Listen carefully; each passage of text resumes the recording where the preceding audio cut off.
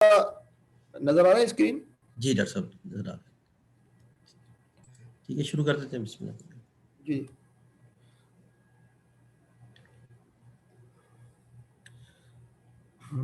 اعوذ باللہ من الشیطان الرجیم. بسم اللہ الرحمن الرحیم. والعصر ان الانسان لفی خسر الا الذین آمنوا وعملوا الصالحات وتواصوا بالحق وتواصوا بالصبر. رب اشرح لی صدری ویسر لی امری واحلل عقدۃ من لسانی یفقہوا قولی. اللہ تعالیٰ کے لاکھ لاکھ احسان ہے کہ آج اس نے ہمیں رمضان کا ایک جمعہ بھی عنایت فرمایا اور جمعے کی نماز پڑھنے کی توفیق بھی عنایت فرمائی. جو ہے وہ ہم نے کل سے جو ہے وہ سورہ نوح کا مطالعہ کا آغاز کیا تھا اور ہم نے 3 آیات کا جو ہے وہ مطالعہ اب تک جو ہے وہ کر لیا ہے.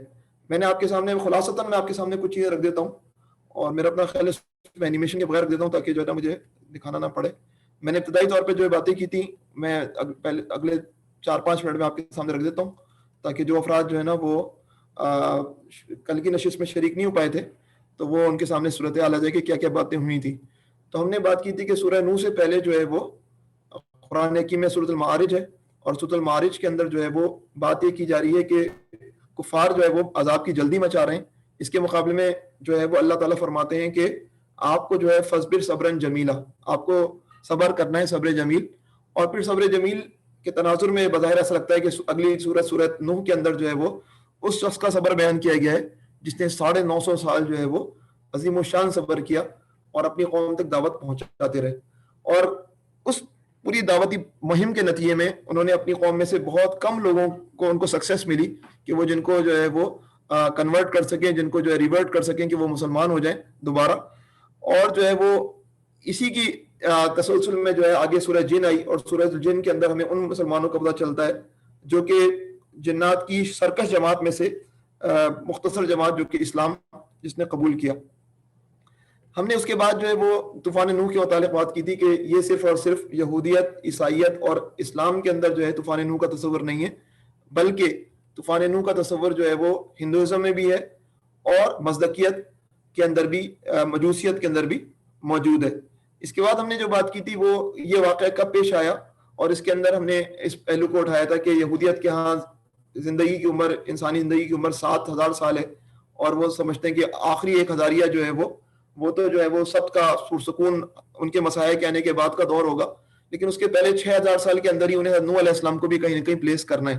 تو وہ نوح علیہ السلام کو جب پلیس کرنے کی کوشش کرتے ہیں ان 6000 سالوں کے اندر تو پتہ چلتا ہے کہ زندگی تو اس سے پہلے بھی موجود تھی، انسان اس سے پہلے ہی موجود تھے. تو اس طرح میں نے بات کی تھی کہ سورۃ المعارج کے اندر ایک دن جو ہے 50,000 سالوں کے ایکویلنٹ ہے اللہ تعالیٰ کے سسٹم کے اندر. تو اب 6 دن اگر ان کے مان بھی لیے جائیں تو 3 لاکھ سال بن جاتے ہیں، لیکن یہ کیونکہ 1000 سال سے ایکویلنٹ کرتے ہیں تو یہودی اور عیسائی جو ہے وہ پریشان رہتے ہیں. اس کے بعد جو ہے ہم نے بات کی تھی کہ امریکہ میں کیونکہ ایونجلیکل تحریک بڑی مضبوط ہے اور جو ہے وہ مذہبیت جو ہے وہ جس نوعیت کی بھی ہو، لوگ جو ہے بڑے مذہبی ہیں اور ایک بڑی تعداد لوگوں کی مذہبی ہے. تو اس جو ہے وہ سلسلے میں جو ہے وہ ایک جو ہے وہ حضرت نوح علیہ السلام کی جو کشتی ہے اس جیسا آرک آف نوح جو ہے وہ بنایا گیا، جس کے اندر آپ دیکھ رہے ہیں کہ لوگ جو ہے وہ معائنہ کر رہے ہیں اور اس کے اندر سائنس سے الائن کرنے کے لیے انہوں نے ڈائناسور بھی رکھا. تو پھر جو ہے وہ ایتھیس مذاق اڑاتے ہیں کہ خود تم کہتے ہو کہ 5-6 ہزار سال پرانا یہ واقعہ ہے اور ملین ایئر پتہ نہیں کتنے سال ہو گئے ان کو ایکسٹینڈ ہوئے ہوئے، پھر یہ نوح علیہ السلام کی کشتی کے اندر جو ہے وہ یہ ڈائناسور کیسے آ گیا. اس طرح کی باتیں ہم نے ڈسکشن میں لائے تھے اور اس کے بعد جو ہے وہ طوفان نوح کے حوالے سے بیسک سوالات جو ہے وہ ہم ڈسکشن میں لائے تھے، لیکن اس پہ کوئی حتمی بات نہیں کی تھی ہم نے ان سوالات پر. اس کے بعد جو ہے وہ ہم نے بات کی تھی کہ جو ہے وہ سورہ نوح کے اندر بنیادی طور پر نہ آپ کے پرائیویٹ امور پہ بحث ہے، صرف اور صرف فوکس جو ہے وہ آپ کی دعوتی جدوجہد ہے. اس کے بعد ہم نے پہلی آیت میں یہ بات کی تھی کہ نوح علیہ السلام کا مشن ہی یہ تھا کہ وہ جو ہے وہ اپنی قوم کو ڈرائیں اس سے قبل کہ ایک بڑا عذاب آ جائے. اور جو ہے وہ نوح علیہ السلام کو جب یہ حکم ملا تو پھر وہ اپنی قوم کے پاس انہوں نے دعوت و تبلیغ کا آغاز کیا اور انہوں نے واضح طور پہ کہا کہ میں تمہارے لیے جو ہے وہ وارنر ہوں اور کھلا وارنر ہوں، اور تم جو ہے وہ اور اس کے اندر جو ہے وہ اپنائیت کا پہلو یا قومی سے پتہ چل رہا ہے کہ اے میری قوم میں تمہارے لیے کھلا ڈرانے والا ہوں. اس کے بعد ہم نے جو ہے وہ آیت نمبر 2 کی تھی، آیت نمبر 3، اور اس میں ہم نے بات کی تھی کہ نوح علیہ السلام نے 3 نکات پہ بات کی تھی کہ اے لوگوں عبادت کس کی کرنی ہے؟ اللہ کی کرنی ہے. ڈرنا کس سے؟ اللہ سے ڈرنا ہے. اور اطاعت کس کی کرنی ہے؟ وہ میری اطاعت کرنی ہے. یہاں تک ہم نے جو ہے وہ آخری نشست میں بات کی تھی. آج ہم آیت نمبر 4 سے جو ہے وہ آغاز کریں گے. اب میں جو ہے وہ پاور پوائنٹ کا سلائڈ شو موڈ میں آ گیا ہوں. آیت نمبر 4. آیت نمبر 4 جو ہے وہ ابھی یہی تسلسل ہے, اور اس تسلسل کے تحت جو ہے بات ہو رہی ہے کہ نوح علیہ السلام جو ہے اپنی قوم کو سمجھانے کی کوشش کر رہے ہیں کہ یہ 3 کام اگر کرو گے, کیا کیا کام کرو گے؟ عبادت, تقوی اور میری اطاعت, تو پھر کیا ہوگا؟ یغفر لکم من ذنوبکم, اللہ تعالیٰ تمہارے گناہوں کو جو ہے تمہارے سابقہ گناہوں کو کیا کر دیں گے؟ بخش دیں گے. وَيُؤَخِّرْكُمْ إِلَىٰ أَجَلٍ مُّسَمًّى, اور تاخیر کریں گے تمہارے لیے ایک مدت کی. اور إِنَّ أَجَلَ اللَّهِ إِذَا جَاءَ لَا يُؤَخَّرُ, جب اللہ کا اجل, اللہ کی مدت آ جاتی ہے تو پھر اس کے اندر کوئی تاخیر نہیں ہوتی ہے. لَوْ كُنْتُمْ تَعْلَمُونَ, کاش کہ تم جانتے. تو یہ ترجمہ جو ہے وہ باقاعدہ اللہ تمہارے گناہوں سے درگزر فرمائے گا اور تمہیں ایک وقت مقرر تک باقی رکھے گا. حقیقت یہ ہے کہ اللہ کا مقرر کیا ہوا وقت جب آ جاتا ہے تو پھر ٹالا نہیں جاتا. کاش تمہیں اس کا علم ہو. اب جو ہے وہ حضرت نوح علیہ السلام جو ہے وہ جس پہلو کی طرف توجہ دلا رہے ہیں وہ یہ کہ اسٹیکس کتنی ہائی ہیں, کتنا اہم چیلنج ہے جو کہ جو ہے قوم کو درپیش ہے کہ وہ مستقبل میں تباہ اور برباد اور نیست و نابود ہو سکتے ہیں. اور اس چیز کو روکنے کے لیے کون سی چیز ہے جو درمیان میں دیوار بن سکتی ہے؟ وہ استغفار کا عمل ہے کہ تم لوگ کیا کر لو, تم مغفرت کے لیے جو ہے وہ اللہ کی طرف جو ہے اللہ کے حضور حاضر ہو جاؤ. تو اب جو ہے وہ اس کے اندر جو سابقہ گناہوں کی بخشش کا وعدہ ہے, اس کے اندر سب سے پہلی بات ہے نا, اس میں ذنوب کا لفظ ہے. ذنوب, ضم جس کی جو ہے وہ واحد ہے. اب یہ جو گناہ ہے اس کی یہ ایک بڑا بتاتے خود جو ہے وہ ویکیبلری کے پرابلم ہے نا, کہ میں کس چیز کو گناہ قرار دیتا ہوں, کس چیز کو میں سن قرار دیتا ہوں, کس چیز کو میں سن نہیں قرار دیتا. اور یہی پرابلم جو ہے وہ حضرت نوح علیہ السلام کو درپیش ہے کہ ان کے ہاں سن کا تصور کچھ اور ہے, اور حضرت نوح علیہ السلام جس سن کی بات کر رہے ہیں, جس گناہ کی بات کر رہے ہیں, وہ ان کی ویکیبلری میں وہ گناہ نہیں ہے. یعنی کہ ہم کس کی بات کر رہے ہیں کہ نوح علیہ السلام کی جو قوم ہے وہ کیا کر رہی ہے؟ وہ شرک کا سب سے عظیم الشان گناہ کر رہی ہے, اور اس گناہ کو وہ گناہ نہیں سمجھتی بلکہ وہ پورا اس کو جو ہے وہ ریورنس دیتی ہے, اس کو ایک تقدیس دیتی ہے کہ یہ کام ہم بہت اچھا کر رہے ہیں. تو نوح علیہ السلام نے یہ بات کی کہ جو ہے وہ آپ کو اگر جو ہے وہ, اور حضرت نوح علیہ السلام کو سامنے نظر آ رہا ہے کہ اگر یہ قوم نے اپنی روش نہ بدلی تو یہ موجب عذاب بن جائے گا یہ عمل اس کے لیے.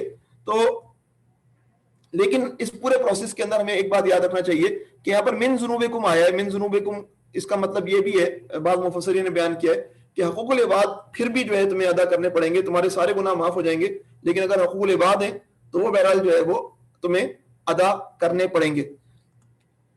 تو اب صورتحال یہ ہے کہ قوم گناہ کی ویکیبلری کو سمجھ نہیں رہی ہے. حضرت نوح علیہ السلام کہہ رہے ہیں یہ گناہ ہے, یہ غلط ہے, تمہیں اس کے اوپر جو ہے استغفار کرنی چاہیے اور اپنے رویے پر نظر ثانی کر کے جو ہے وہ اپنے آپ کو بدلنا چاہیے, اور قوم نہیں بدلنے کے لیے تیار ہے.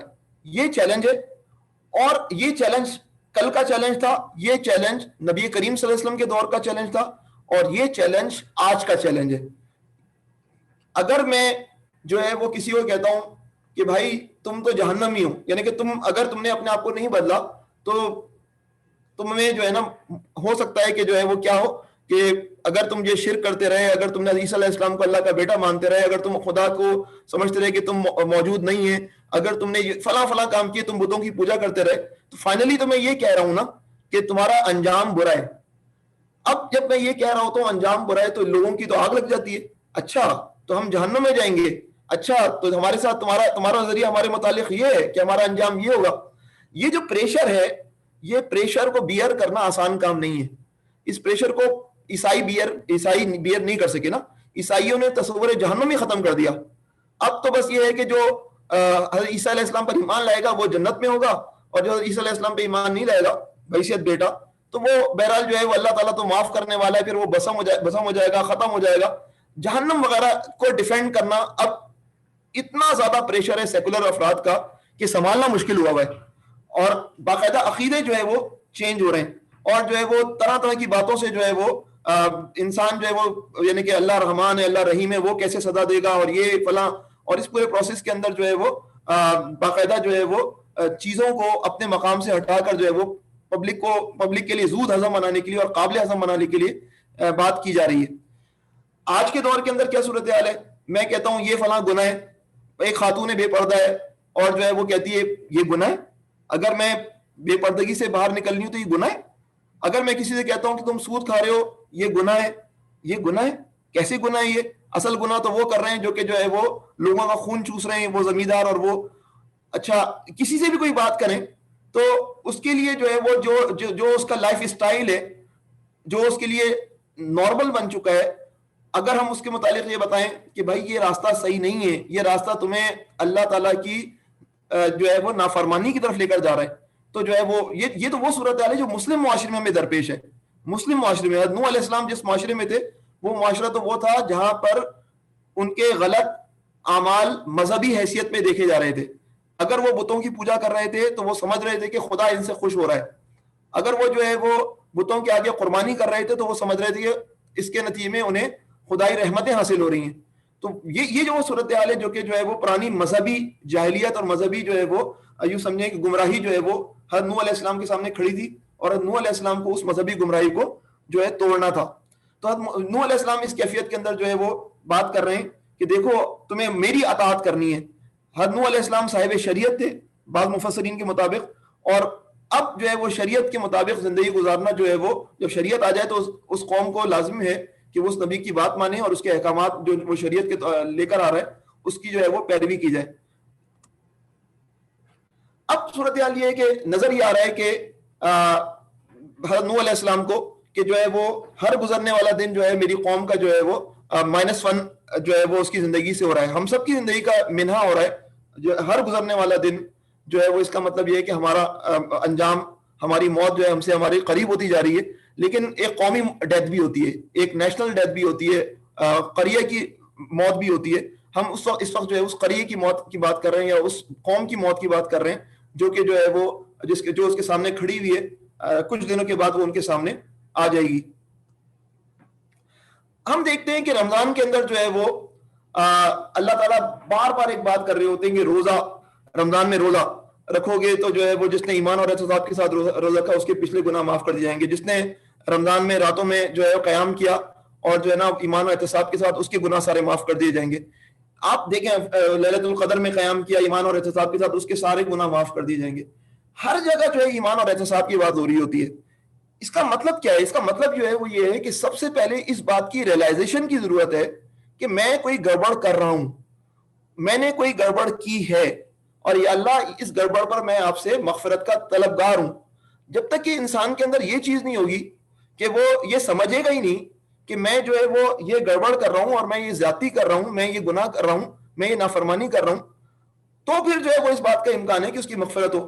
اگر ایک جو ہے وہ یوں سمجھیں کہ منشیات کا اسمگلر, ڈرگ ڈیلر, وہ روزہ رکھ رہا ہے اور روزے کے اندر وہ بالکل شرح صدر رکھتا ہے کہ میری ڈرگ ڈیلرشپ جو ہے وہ بالکل صحیح ہے, اس کے لیے کیا استغفار کی آپ امید رکھیں گے؟ اگر کوئی جو ہے شرابی جو ہے وہ قیام اللیل کر رہا ہے اور جو ہے وہ اللہ اگر اس کو توفیق ملے اور اس کے ذہن میں یہ بات ہے کہ شراب وغیرہ کا کوئی مسئلہ نہیں ہے, ہم کس طرح؟ تو سب سے پہلے استغفار کے اندر اس بات کی ریئلائزیشن کہ میرے لائف اسٹائل کے اندر, میری زندگی کے اندر کوئی ایسی چیز ہے جو کہ میں نافرمانی کا مرتکب ہوں. اور بعض دفعہ نافرمانی ایسی ہوتی ہے کہ جان بوجھ کے ہو جاتی ہے, بعض دفعہ نافرمانی جو ہے وہ یعنی کہ انجانے میں ہو جاتی ہے. دونوں صورتوں میں جو ہے وہ اللہ تعالیٰ سے بندے کو استغفار کرنی چاہیے. لیکن اب سوال یہ پیدا ہوتا ہے کہ ایک چیز تو ہوتی ہے انفرادی استغفار اور ایک چیز ہوتی ہے اجتماعی استغفار. آپ اس آیت کے اندر آپ کو نظر آ رہا ہے کہ تعلق جو ہے وہ انفرادی استغفار سے زیادہ جو ہے وہ اجتماعی استغفار کا ہے, کہ قوم سے کہا جا رہا ہے کہ تم اپنا راستہ تبدیل کرو, تم اپنی روش کو تبدیل کرو. کیونکہ جو چیلنج ہے وہ کیا ہے کہ لوگوں نے انسٹیٹیوٹ بنا لیے, مذہبی انسٹیٹیوشن بنے ہوئے جو کہ گمراہی کا گڑھ ہے. اب ایک آدمی یا 2 آدمی ایمان لے کر آ جائیں تو گمراہی کے گڑھ سے نجات نہیں ملے گی, وہ افراد کار کی کچھ نہ کچھ تبدیلی ہوگی. چنانچہ جو ہے وہ بعض دفعہ جو ہے وہ اقوام جو ہے وہ سمجھ رہی ہوتی ہیں کہ ہماری انفرادی استغفار سے ہمارے معاملے مسئلے حل ہو جائیں گے, حالانکہ انہیں اجتماعی استغفار کی ضرورت ہوتی ہے. مثلا ہمارا مسلم معاشرہ ہے, ہمارے مسلم معاشرے کے اندر اگر سارے کے سارے لوگ بھی نماز پڑھنے لگ جائیں, سارے کے سارے لوگ 5 وقت کے نمازی بن جائیں, لیکن ہمارے معاشرے کے اندر سودی نظام برقرار رہے، ہمارے معاشرے کے اندر جو ہے وہ کرپشن موجود رہے، ہمارے معاشرے کے اندر جو ہے وہ جو ہے استحصال موجود رہے. تو یہ جو چیزیں ہیں یہ اجتماعی طور پر، وہ لوگ جو انفرادی طور پہ بڑے اچھے ہیں، جب انہوں نے اجتماعی طور پر اپنا سیٹ اپ بنایا تو اس اجتماعی سیٹ اپ کے اندر وہ اپنے آپ کو اللہ تعالیٰ کا بندہ نہیں ثابت کر سکے. تو اس بات کو ذہن میں رکھنی چاہیے کہ جو ہے وہ استغفار جو ہے وہ صرف انفرادی عمل نہیں ہے، استغفار جو ہے وہ ایک اجتماعی عمل کا بھی نام ہے. اور اس کی سب سے کلاسیکل اگزامپل جو ہے وہ ہمیں حضرت یونس علیہ السلام کی قوم کے نظر آتی ہے، جنہوں نے اجتماعی استغفار کے ذریعے جو ہے وہ اپنے اوپر آنے والے عذاب کو روکا. انہوں نے اجتماعی طور پر استغفار کی اور انہوں نے جو ہے نا وہ اپنے روش کی نظر ثانی کی، اور پھر حضرت یونس علیہ السلام نے آ کر پھر دوبارہ اس قوم کو جو ہے وہ سنبھالا. یہ میں اشارے کے طور پہ بتا رہا ہوں، لیکن میرا خیال ہے کہ آپ کو حضرت یونس علیہ السلام کا واقعہ یاد ہوگا. تو اب یہ استغفار کی باتیں میں نے ابھی تک استغفار کے حوالے سے اشارتاً بات کی، اگلی آیات کے اندر استغفار پہ جو ہے وہ ہم تفصیلاً بات کریں گے. لیکن جو ہے وہ نوح علیہ السلام جو ہے اپنی قوم کو جو ہے وہ توجہ دلا رہے ہیں اصلاح کی. اب آیت نمبر 5 آیت یہ، اور آیت نمبر 5 کے اندر جو ہے وہ اب فاسٹ فارورڈ ہوتا ہے. یعنی کہ نوح علیہ ابھی پہلی آیت کے اندر جو ہے وہ اللہ تعالیٰ نے حضرت نوح علیہ السلام کو آرڈر دیا ہے کہ تمہیں نذیر بن کر جانا ہے. پھر ہم دیکھتے ہیں حضرت نوح علیہ السلام فیلڈ میں کیا کام کر رہے ہیں، وہ بتا رہے ہیں اپنی قوم کو کہ میں تمہارے لیے نذیر مبین ہوں، آیت نمبر 2. اس کے بعد بات کر رہے ہیں کہ تمہیں 3 کام کرنے پڑیں گے.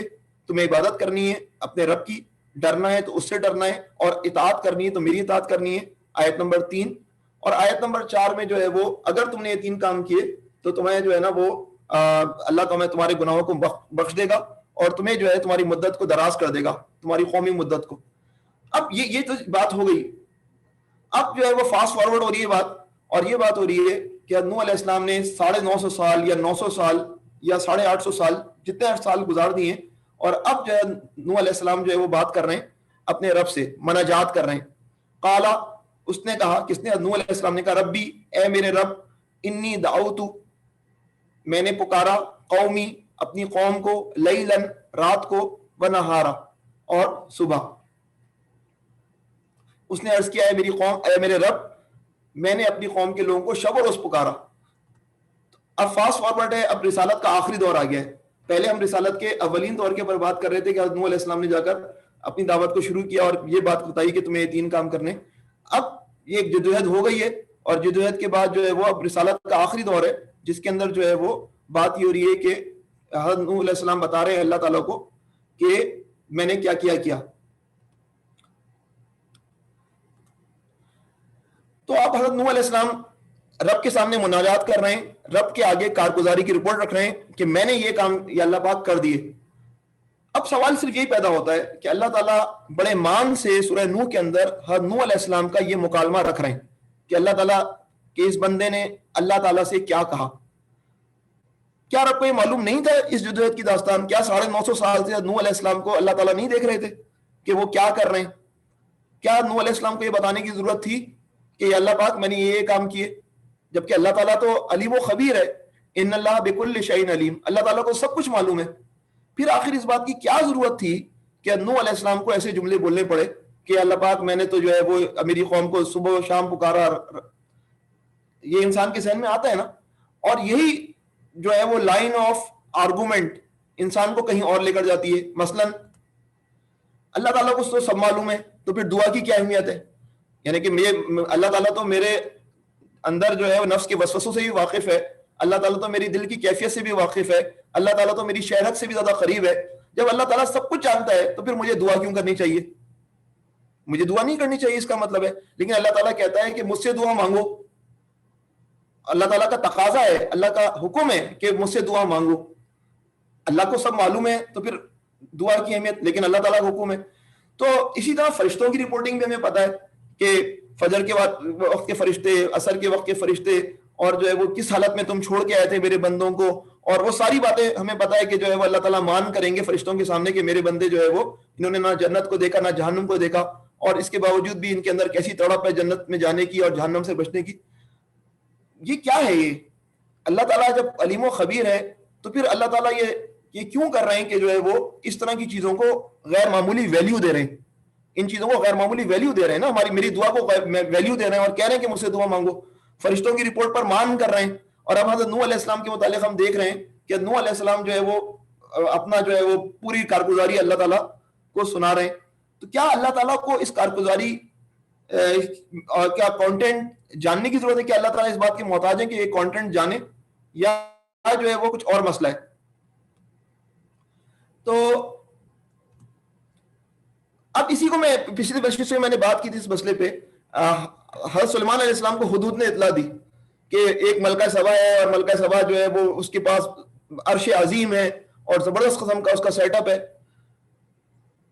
حضرت سلیمان علیہ السلام کے لیے میں سوچتا ہوں، آپ بھی ذرا اس کو سوچیں، حضرت سلیمان علیہ السلام وہ جس کے پاس جنات ہیں، جس کے پاس طرح طرح کے صاحب علم افراد موجود ہیں، اتنی عظیم و شان سلطنت کی اطلاع حضرت سلیمان علیہ السلام کو نہیں ہوگی کیا؟ کیا حدود نے حضرت سلیمان علیہ السلام کی جو ہے اس انفارمیشن میں اضافہ کیا ہوگا؟ یہ انسان سوچتا ہے نا. یعنی کہ اگر ملکہ سبا کی اتنی زیادہ پاورفل حکومت تھی یمن کے اندر، اور جو ہے وہ صورتحال یہ کہ سلیمان علیہ السلام کے جو ہے وہ ہر طرف ہرکاریں جنات ان کے کنٹرول میں، تو کیا ان کو اس بات کی اطلاع نہیں ہوگی کہ جو ہے ایک ملکہ سبا ہے، اس کا تخت عظیم ہے؟ اور کیا حدود نے ان کی معلومات میں اضافہ کیا ہوگا؟ تو ایک بات جو ذہن میں آتی ہے، اللہ واللہ عالم بالصواب، حدود کی اطلاع نے حضرت سلیمان علیہ السلام کو مہمیز دی. ان کو پہلے سے ہی شاید پتا ہو کہ جو ہے میں یہ ایک اور قوم ہے جو کہ اس طرح کام کر رہی ہے اور شمس کے آگے پوجا کر رہی ہے، تو جو ہے وہ اس قوم کو جو ہے وہ راہ راست پہ دکھانے کے لیے لانے کے لیے میں کاروائی کروں. یہ بالکل ایسے ہی ہے. یعنی کہ میں نے یہ مثال کیوں دی ہے کہ دعا جو ہے نا وہ یوں سمجھیں کہ آخری اسٹرا، جیسے گدھا ہوتا ہے اس میں سامان ڈالے جائیں اور پھر بالآخر آخری اسٹرا ڈالیں، آخری تنکا ایسا ہوتا ہے کہ گدھا مزید بوجھ برداشت نہیں کر سکتا اور جو ہے وہ زمین بوس ہو جاتا ہے.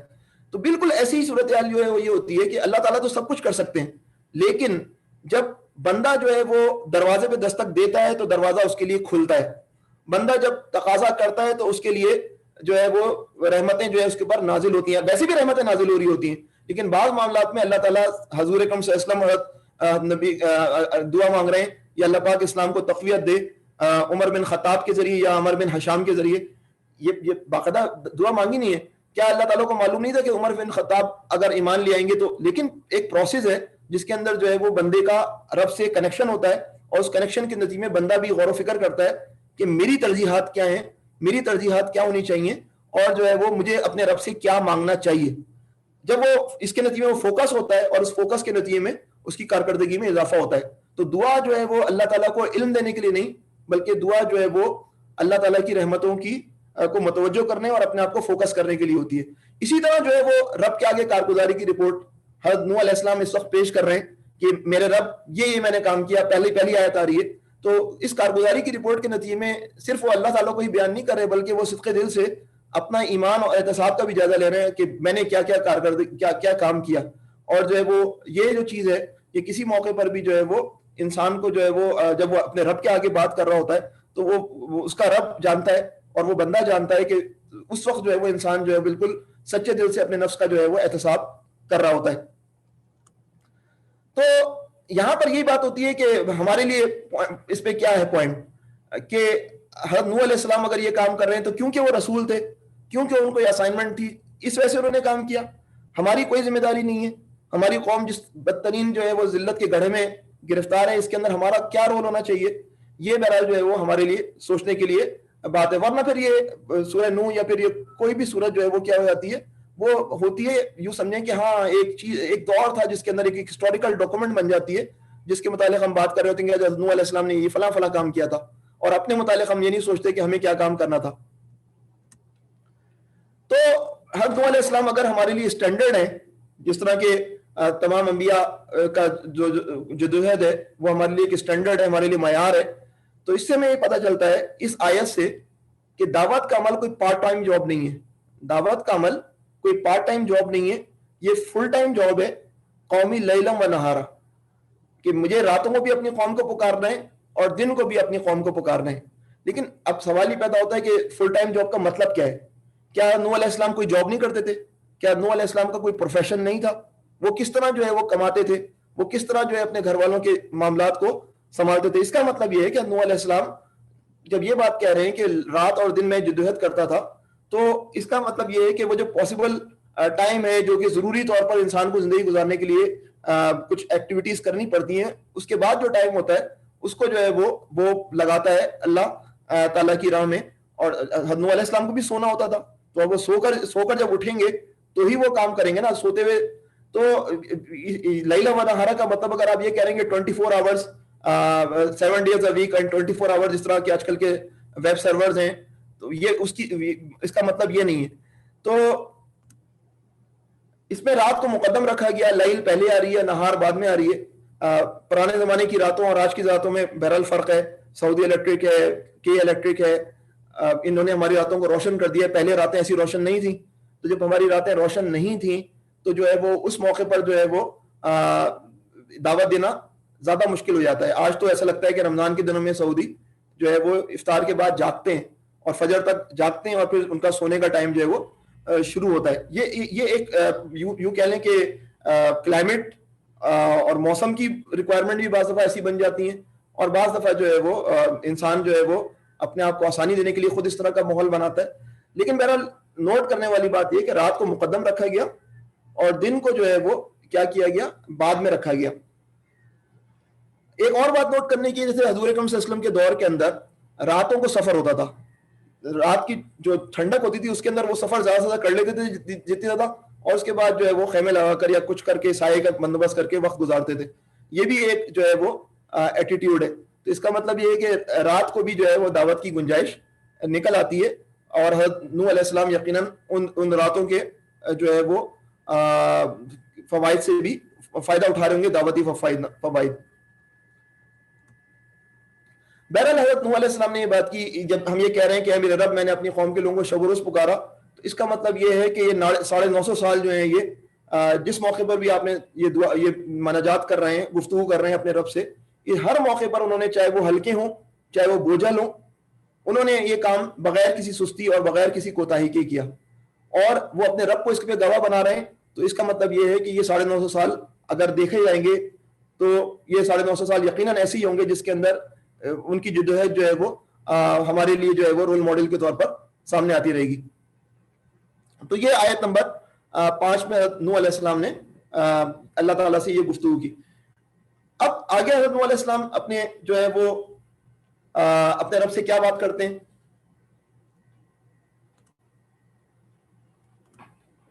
فلم یزدہم دعائی الا فرارا، لیکن کیا ہوا، لیکن جو ہے وہ ہونا کچھ چاہیے تھا لیکن ہوا کچھ اور، مگر میری پکار نے ان کے فرار ہی میں اضافہ کیا. یعنی بجائے اس کے کہ اس پکار کے نتیجے کے اندر یہ آپ کے قریب آتے، ہوا بالکل اس کے برعکس. یہ قوم، میری قوم آپ سے دور ہی ہوتی چلی گئی.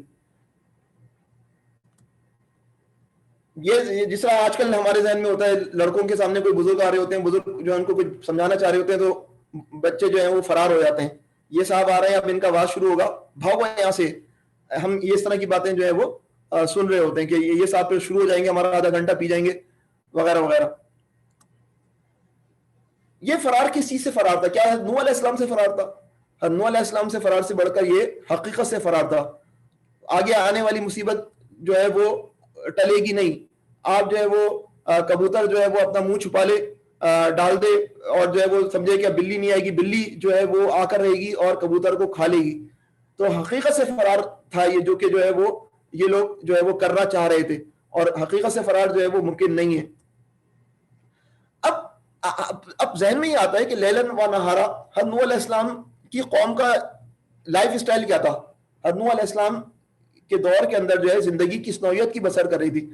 تو اصل میں تو ہم یہ دیکھ سکتے ہیں کہ جو ریولوشن آیا، انڈسٹریل ریولوشن، یا پھر جب اسٹیم انجن سے بندوں نے جو ہے وہ طاقت، اسٹیم کی طاقت سے پھر اپنے میکینیکل ایک انقلاب آیا ہے، اس سے پہلے زندگی بہرحال کم و بیش سیم ہی تھی. نوح علیہ السلام کے زمانے کے اندر جو صورتحال ہوگی اور نبی کریم صلی اللہ علیہ وسلم کے زمانے میں جو صورتحال ہوگی وہ کم و بیش ایک جیسی ہوگی. بہت بڑی ٹیکنالوجیکل ایڈوانسمنٹ نہیں ہے. تو ہو سکتا بقیہ جو رومن اور فارس خطے کے اندر بادشاہت آ گئی، لیکن اسٹائل آف لیونگ جو ہے وہ وہی گدھوں پہ سفر، وہی گھوڑوں پہ سفر، وہی تلواریں، وہی سب کچھ جو ہے ویسی کی ویسی ہوگا. اب حضرت نوح علیہ السلام جس دور کے اندر تشریف لائے، وہ دور جو ہے اس دور کے اندر آبادی کتنی ہوگی. جب یہ ہم کہتے ہیں کہ حضرت نوح علیہ السلام پر ایمان لانے والوں کی تعداد تقریباً 70 تھی، بعض مفسرین نے 80 لکھی ہے. اور میں اگر یہ کہوں کہ 100 میں سے ایک بندہ اگر ایمان، یعنی کہ 1% لوگ جو ہے وہ ایمان لائے، تو اس کا مطلب ہے ملٹیپلائی بائی 100 کر لوں تو اس کا مطلب یہ ہے کہ نوح علیہ السلام کے سامنے آبادی 60,000 افراد کی ہے. اور اگر میں کہوں کہ 1000 میں سے ایک کا لگاؤں میں، تو اس کا مطلب ہے کہ نوح علیہ السلام کے سامنے آبادی 70,000 کی ہو گئی. لیکن امکان اسی بات کا نظر آتا ہے کہ جس طرح کا رد حضرت نوح علیہ السلام کا ہوا ہے کہ آبادی جو ہے وہ 70,000 سے بھی زیادہ ہوگی، اور ایک بہت بڑی آبادی جو ہے وہ ہوگی جس کو نوح علیہ السلام 950 سال تک دعوت دے رہے ہوں گے، لیکن وہ دعوت جو ہے وہ کارگر نہیں ہو رہی ہوگی. اچھا، اب یہ 70,000، اب ہم جانتے ہیں کہ ایک یوسی کے اندر، اگر یونین کونسل کے اندر اگر 1.25 لاکھ لوگ ہوتے ہیں، تو ہم اگر شہروں میں جائیں تو یہ شہر تو نہیں تھا اس زمانے میں، مدنیت تو نہیں تھی. پہلے زمانے کے اندر تو محلہ تھا، محلہ جو ہے وہ اپنا کام کرتا تھا، نیبرہڈ جس کو کہتے ہیں. اب یہ محلہ جو ہے وہ کیا کام کرتا تھا کہ فلاں کلین، فلاں خاندان کے لوگ یہاں بس رہے ہیں، فلاں کلین، فلاں خاندان کے لوگ یہاں بس رہے ہیں. اور بینہ ہی ایسے ہی جو ہے وہ حضور اکرم صلی اللہ علیہ وسلم کے دور میں بھی تھا کہ بنی ہاشم کا یہ علاقہ ہے، عبد الشمس کا یہ علاقہ ہے، فلاں کا فلاں یہ علاقہ ہے. تو اس طرح جو ہے وہ ایسا نہیں تھا کہ جس طرح ہمارا مدینہ ہے، ایک شہر ہوتا ہے تو ایک شہر کے اندر جو ہے سارے کے، ابھی فلاں فلیٹ کے اندر یہ عربی رہ رہا ہے، فلاں کے فلیٹ کے اندر پاکستانی رہ رہا ہے، اور فلاں فلیٹ کے اندر شامی رہ رہا ہے. مکسچر جو ہمارے دور کے اندر آ کر ہو گیا ہے. پہلے زمانے میں لائف اسٹائل ایسا نہیں تھا کہ یوں مکس اقوام تھی مدینے کی جس طرح شہروں کے اندر ہو گیا ہے. تو یہ وہ دور ہے جس کے اندر جو ہے وہ نیبرہڈز ہیں، ان نیبرہڈز کے اندر مختلف قبائل ہیں اور سب قبائل ہیں، یعنی کہ خاندان ہیں، اور یہ سارے کے سارے رہتے ہوں گے. اور یہ بھی ضروری نہیں ہے کہ سارا ایک بستی ختم ہوئی تو دوسری بستی شروع ہو گئی، اور دوسری بستی ختم ہوئی تو تیسری بستی شروع ہو گئی، ایسا نہیں ہے. ہو سکتا ہے کہ جو ہے وہ گدھے پہ آدھا گھنٹہ سفر کریں تو ایک بستی آ جائے، پھر اس کے بعد آدھا گھنٹہ سفر کریں. تو آپ کو یہ ویژولائز کرنا چاہیے، مجھے بھی ویژولائز کرنا چاہیے کہ نوح علیہ السلام 950 سال تک ایسا نہیں ہے کہ ایک محلے میں گھس گئے اور وہاں پر دعوت دی، پھر اگلے دن پھر اسی محلے میں آ گئے، پھر اگلے دن پھر اسی محلے میں کام کرنے لگ گئے. ایسا نہیں ہوگا. یقیناً جو ہے وہ کبھی ہو سکتا ہے 15 دن فلاں بستی کے اندر گزارے ہوں، فلاں دن جو ہے وہ اس طرح جو 950 سال گزرے ہوں گے. پھر نوح علیہ السلام کے ساتھ جو ہو رہا ہوگا، جو کس نوعیت کا معاشی نظام تھا وہاں پر، جو ہے نوح علیہ السلام کی جو ہے وہ ایک تو وہ لائف ہے جو کہ ایک دعوتی لائف ہے، ایک وہ ہے کہ جس کے اندر وہ اس سسٹم سے مالی جو ہے وہ میل جول کریں گے. تو وہ معاشی نظام کیسا تھا، نوح علیہ السلام جو کماتے تھے اس کو کس طرح کہاں خرچ کرتے تھے، اور نوح علیہ السلام کو جو ہے وہ اس سسٹم سے کیسے آمدنی ملتی تھی. یہ ساری باتیں میں نے جتنا سرچ کیا ہے مجھے نہیں ملا کہ نوح علیہ السلام کا پروفیشن کیا تھا. نوح علیہ السلام کا پروفیشن کیا تھا، کیونکہ بائبل بھی اس معاملے میں خاموش ہے بظاہر، اگرچہ تشریح کرنے والے کہتے ہیں فارمر تھے، لیکن جو ہے وہ یہ بات ہماری کتاب مختلف جگہوں پہ لکھی ہوئی ہے کہ ان کے بچے جو ہے وہ کارپینٹر تھے. اور جو نوح علیہ السلام کا پروجیکٹ تھا، یعنی کہ انہوں نے کشتی بنائی ہے، جائنٹ کشتی، تو بظاہر ایسا لگتا ہے وہ خود بھی کارپینٹر ہوں یا کارپینٹری کا کام کرتے ہوں، اور جب وہ درخت کاٹتے ہوں گے یقیناً تو پھر اس کو بیچتے بھی ہوں گے. یہ ساری چیزیں جو ہے وہ بہرحال کس سسٹم کے اندر وہ جا کر بیچتے ہوں گے، وہ سسٹم جو ہے وہ وہی سسٹم ہے جو جس سسٹم کی وہ اصلاح کرنا چاہ رہے ہیں. تو میں یہ بات اس وجہ سے عرض کر رہا ہوں کہ ہمارے ذہن میں یہ بات نہ ہے کہ نوح علیہ السلام پہلے دن گئے، پبلک نے دیکھا بھاگ گئی، دوسرے دن گئے پبلک نے دیکھا بھاگ گئی، تیسرے دن گئے پبلک نے دیکھا پھر فرار ہو گئی، اور 950 سال تک یہی سلسلہ چلتا رہا. نہیں، ایسا نہیں ہے. ہوا یہ ہوگا کہ جس طرح نبی کریم صلی اللہ علیہ وسلم کبھی طائف گئے، وہاں پر حضور اکرم صلی اللہ علیہ وسلم کے ساتھ جو ہے وہ معاملہ ہوا اور ان کو پتھر مار مار کے جو ہے وہ انتہائی زیادہ زخمی کیا گیا. اسی طرح کا معاملہ نوح علیہ السلام کے ساتھ ہو رہا ہوگا، کبھی فلاں بستی میں گئے ہوئے، کبھی فلاں بستی میں گئے ہوئے، اور اس طرح 950 سال گزرے ہوں گے. اور بہرحال جو ہے وہ آہستہ آہستہ جو ہے وہ جو تمام بستیاں ہیں وہ ایک سمت میں گئیں کہ وہ نوح علیہ السلام کو سوشلی بائیکاٹ کرنا ہے، اور یہ صاحب سے ہمیں جو ہے وہ نجات حاصل کرنی ہے، اور اس طرح کی باتیں جو ہے وہ پھر آہستہ آہستہ بڑی ہوں گی. دیکھیں ہمارے سامنے ایک مثال ہے، جب رات میں آگ روشن کی جاتی ہے، جب رات میں آگ روشن کی جاتی تو کیا ہوتا ہے؟ ہم جانتے ہیں کہ 2 قسم کے رد عمل آتے ہیں. ایک رد عمل تو پتنگوں کا ہوتا ہے، پتنگے یا کچھ اور حشرات الارض جن کا کام یہ ہوتا ہے کہ وہ آگ کی طرف لپکتے ہیں، اور کچھ جانور ہوتے ہیں جو آگ سے خوفزدہ ہو جاتے ہیں اور وہ آگ کو دیکھ کر اس مقام سے بھاگنے کی کوشش کرتے ہیں کہ ہماری زندگی کو خطرہ لاحق ہے. اگر ہم جو ہے وہ اس جدوجہد کو جو کہ حضرت نوح علیہ السلام کر رہے ہیں، ہم اس کو آگ سے موسوم کریں تو اس کا مطلب یہ ہے کہ انسانوں کی ایک بڑی تعداد جو ہے اس آگ سے خوفزدہ ہوئی اور اس آگ سے قریب جانا اس نے گوارا نہیں کیا. تو بہرحال نوح علیہ السلام انتہائی زیادہ محبت کے ساتھ، انتہائی زیادہ شفقت کے ساتھ یہ دعوت دینے کی کوشش کر رہے ہیں، لیکن جو ہے وہ صورتحال کیا ہے کہ جو ہے وہ قوم جو ہے وہ ان سے نجات حاصل کرنا چاہتی ہے، قوم ان سے بھاگنا چاہتی ہے، فرار اختیار کرنا چاہتی ہے. یہ آیت نمبر 6 کے اندر کے کچھ نکات ہیں. اس کے بعد آیت نمبر 7 آ جاتی ہے. آیت نمبر 7 میں نوح علیہ السلام جو ہے وہ اپنی بات کو جاری رکھتے ہیں، اللہ تعالیٰ کو بتا رہے ہیں کہ اللہ یہ میں نے کام کیا. ابھی تک ہم نے کیا بات کی ہے؟ حضرت نوح علیہ السلام نے کیا کیا بات کی ہے اپنے رب سے؟ جی میں تھوڑا سا ویٹ اپنے آپ کو بھی وقفہ دے دوں. کوئی ساتھی بتائیں گے اب تک جو 2 آیتوں میں کیا بات کی ہے خلاصہ؟ مشتبہ بھائی تھوڑے سے لیٹ آئے تھے. کوئی اور؟ مشتبہ بھائی موجود ہیں. ہاں تاکہ مجھے تھوڑا سا بریک مل جائے، میں مستقل بولے جا رہا ہوں. اگر کوئی صاحب اپنی رائے دینا چاہے تو ہینڈ ریز کر جی دیں. اب تک 2 آیات ہیں. فہد بھائی بھی میں دیکھ رہا ہوں، فہد شیخ بھائی بھی موجود ہیں، فہد بھائی فہد سلیم بھائی. جی ارشد بھائی بھی ہیں. کسی نے ہینڈ ریز کیا ہے ورنہ پھر میں خود ہی بول دوں گا. جی ثاقب بھائی نے کر لیا، ماشاءاللہ شکر ہے اللہ کا. جی میں ان کو انمیوٹ کرتا ہوں. جی جی ثاقب بھائی آپ انمیوٹ کر لیجیے. جی السلام علیکم. وعلیکم السلام. حضرت نوح علیہ السلام نے یہ کہا کہ میں نے دن رات ان کو پکارا، لیکن میری پکار نے صرف ان کے فرار میں اضافہ کیا. بالکل صحیح، جزاک اللہ ثاقب بھائی. مجھے کم از کم اس بات کا اعتماد حاصل ہوئی ہے کہ کم از کم ایک آدمی جس نے جو ہے وہ میری جو ہے پچھلی 2 سلائیڈوں میں جو ہے وہ کم از کم باقی سب میں یقیناً میں نظر رکھتا ہوں کہ لیکن کیونکہ پتہ نہیں ہے آن لائن انوائرمنٹ میں یہی پتہ ہی نہیں چلتا کہ کیا ہو رہا ہے بیک اینڈ پہ، تو اس وجہ سے جو ہے نا وہ بڑی تشویش رہتی ہے کہ میں جو ہے وہ کس سے بات کر رہا ہوں.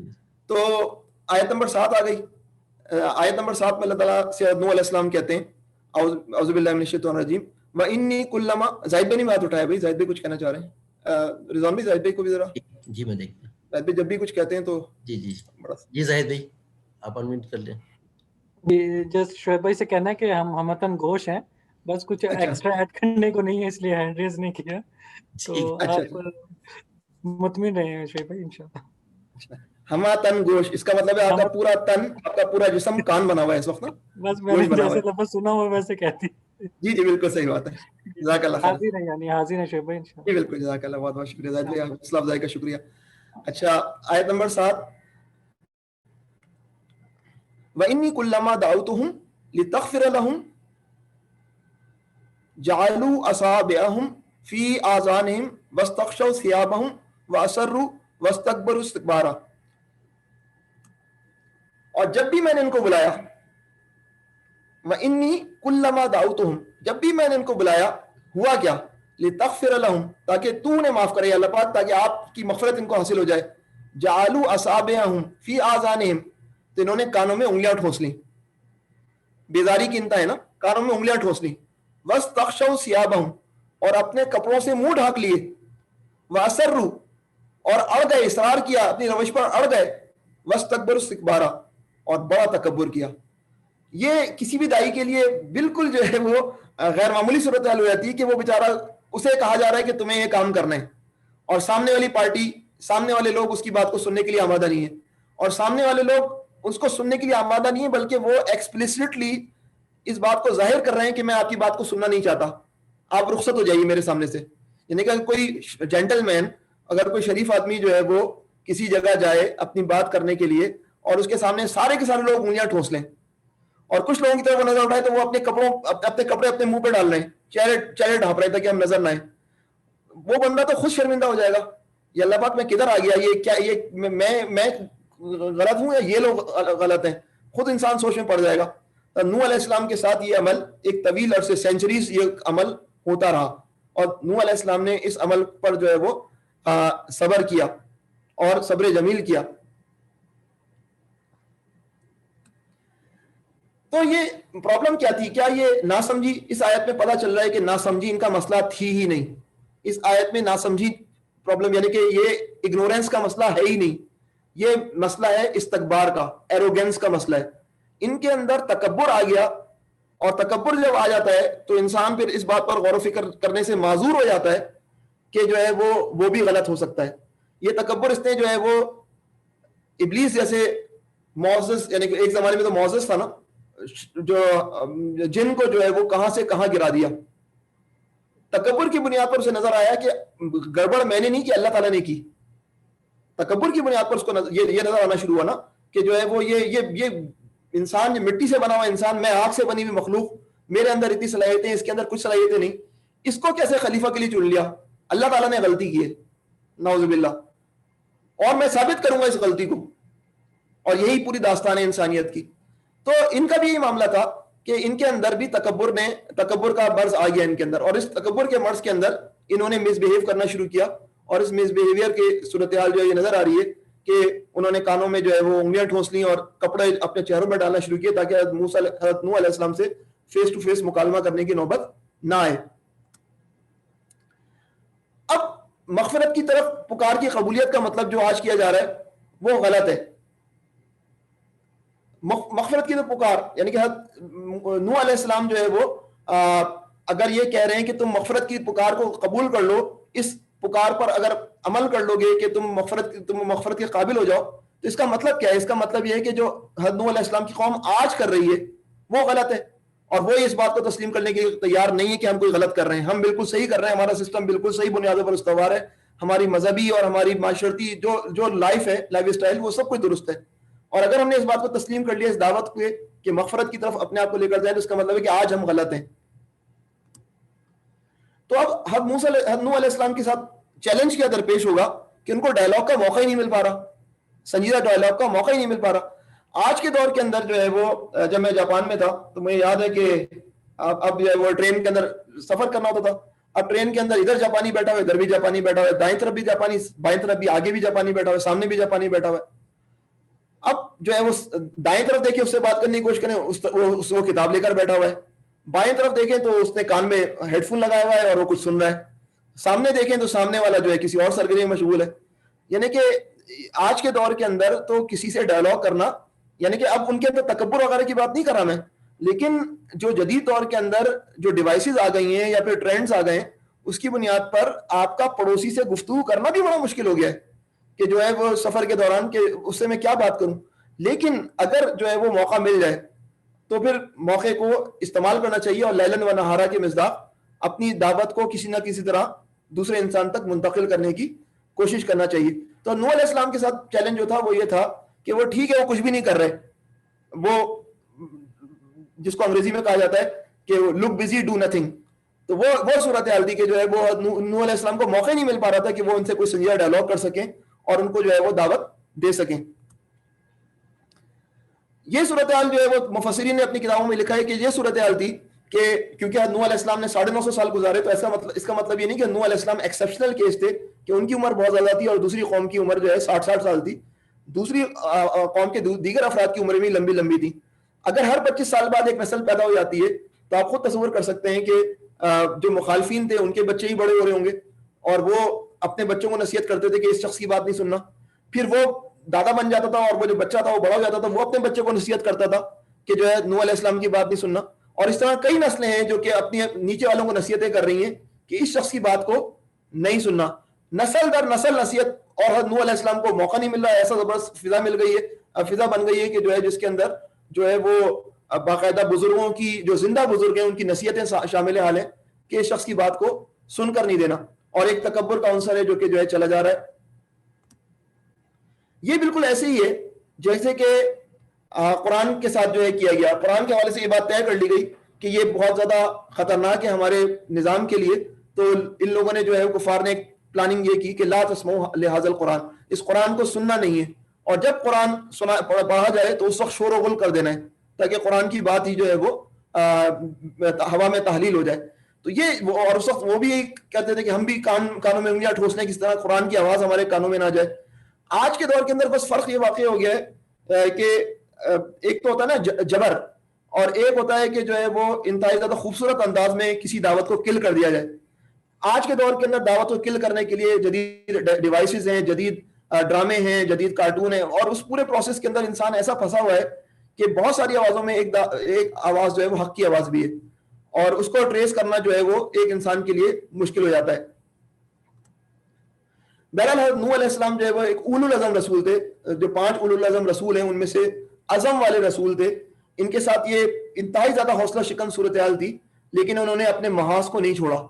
ایسا نہیں کیا کہ جو ہے بس موت ہو گئی میں جو ہے وہ اب کہیں اور چلے جاؤں گا, نہیں, انہوں نے جو ہے وہ اپنی قوم سے وابستگی برقرار رکھی, اپنی جدوجہد کو جاری رکھا, اور اپنے عزم سے دوسروں کے لیے بتایا کہ صبر جمیل کیا ہوتا ہے, اور جو ہے وہ لگاتار جدوجہد جو ہے وہ کیا چیز ہوتی ہے.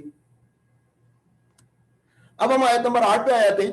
آیت نمبر اب تک ہم نے کیا پڑھا؟ نوح علیہ السلام نے اللہ تعالیٰ سے کیا کہا؟ پہلے انہوں نے کہا کہ میں نے اپنی قوم کو رات اور دن پکارا, لیکن میری پکار نے ان کے اندر فرار کے سوا کسی چیز کے اندر اضافہ نہیں کیا.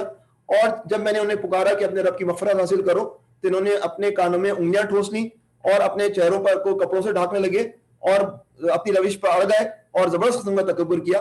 اب تک نوح علیہ السلام نے اللہ تعالیٰ سے یہ 3 باتیں, یہ 3 آیت میں یہ باتیں کی ہیں. اب ہم آیت نمبر 8 میں آ جاتے ہیں. آیت نمبر 8 میں کیا بات ہو رہی ہے؟ ایک چھوٹی سی جو ہے وہ آیت ہے, ثم انی دعوتہم جہارا. جہار صلاۃ جہری اور سری ہم جانتے ہیں کہ جس کے اندر پکار کے بات کی جائے, یعنی کہ تلاوت جو ہے وہ مغرب کی, عشاء کی, فجر کی, یہ وہ رکعتیں ہوتی ہیں, وہ نمازیں ہوتی ہیں, اس کے اندر زور سے بندہ قرآن کی تلاوت کرتا ہے. سری نمازیں وہ ہوتی ہیں جیسے ظہر اثر کی نا. تو ہماری وکیبلری میں جہار کا لفظ موجود ہے کسی نہ کسی طرح نا, کہنے والے مطلب یہ ہے. تو پھر میں نے ان کو ہاں کے پکارے دعوت دی, کھلے عام دعوت دی. یعنی انفرادی دعوت ایک الگ بات ہے, لیکن اب نوح علیہ السلام نے مجلسوں میں ڈنکی کی چوٹ پر دعوت دینا شروع کی. یہ فلاں جگہ قوم کا اجتماع ہے, وہاں پہنچ گئے اور پکار کر لوگوں کو کہنا شروع کیا کہ تمہاری روش غلط ہے اور یہ تمہیں نہیں کرنا چاہیے.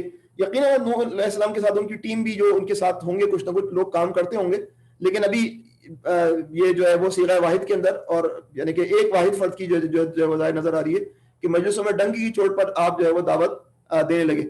اب اگر آپ مجلس میں جائیں اور افراد کار آپ کی بات سننے کے لیے آمادہ نہیں ہے, تو مجلس کا جو ذائقہ جو ہے وہ خراب کرنے والی بات جو پبلک کہتی ہے کہ تو آگے ہماری مجلس کو خراب کرنے کے لیے.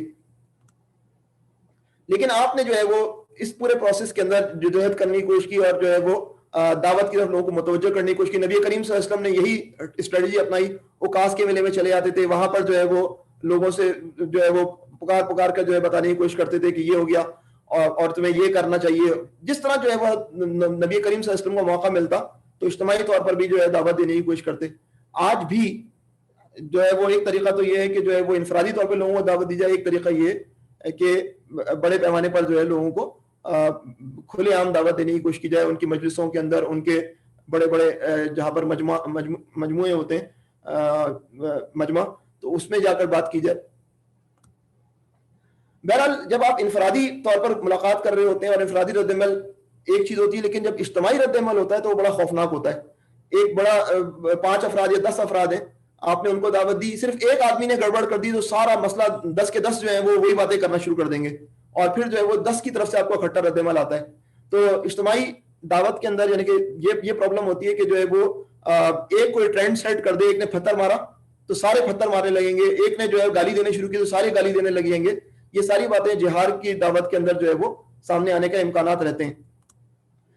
اس طرح آیت نمبر اگلی آیت آتی ہے, اور اگلی آیت کے اندر جو ہے وہ حضرت نوح علیہ السلام اپنی اسٹریٹجی کے اگلے حصے پہ بیان کر رہے ہیں کہ میں نے جو ہے پھر یہ طریقہ بھی اختیار کیا. ثم انی اعلنت لهم واسررت لهم اسرارا. میں نے کیا کیا, میں نے اعلانیہ بھی دعوت دی اور چپکی چپکی بھی سمجھایا.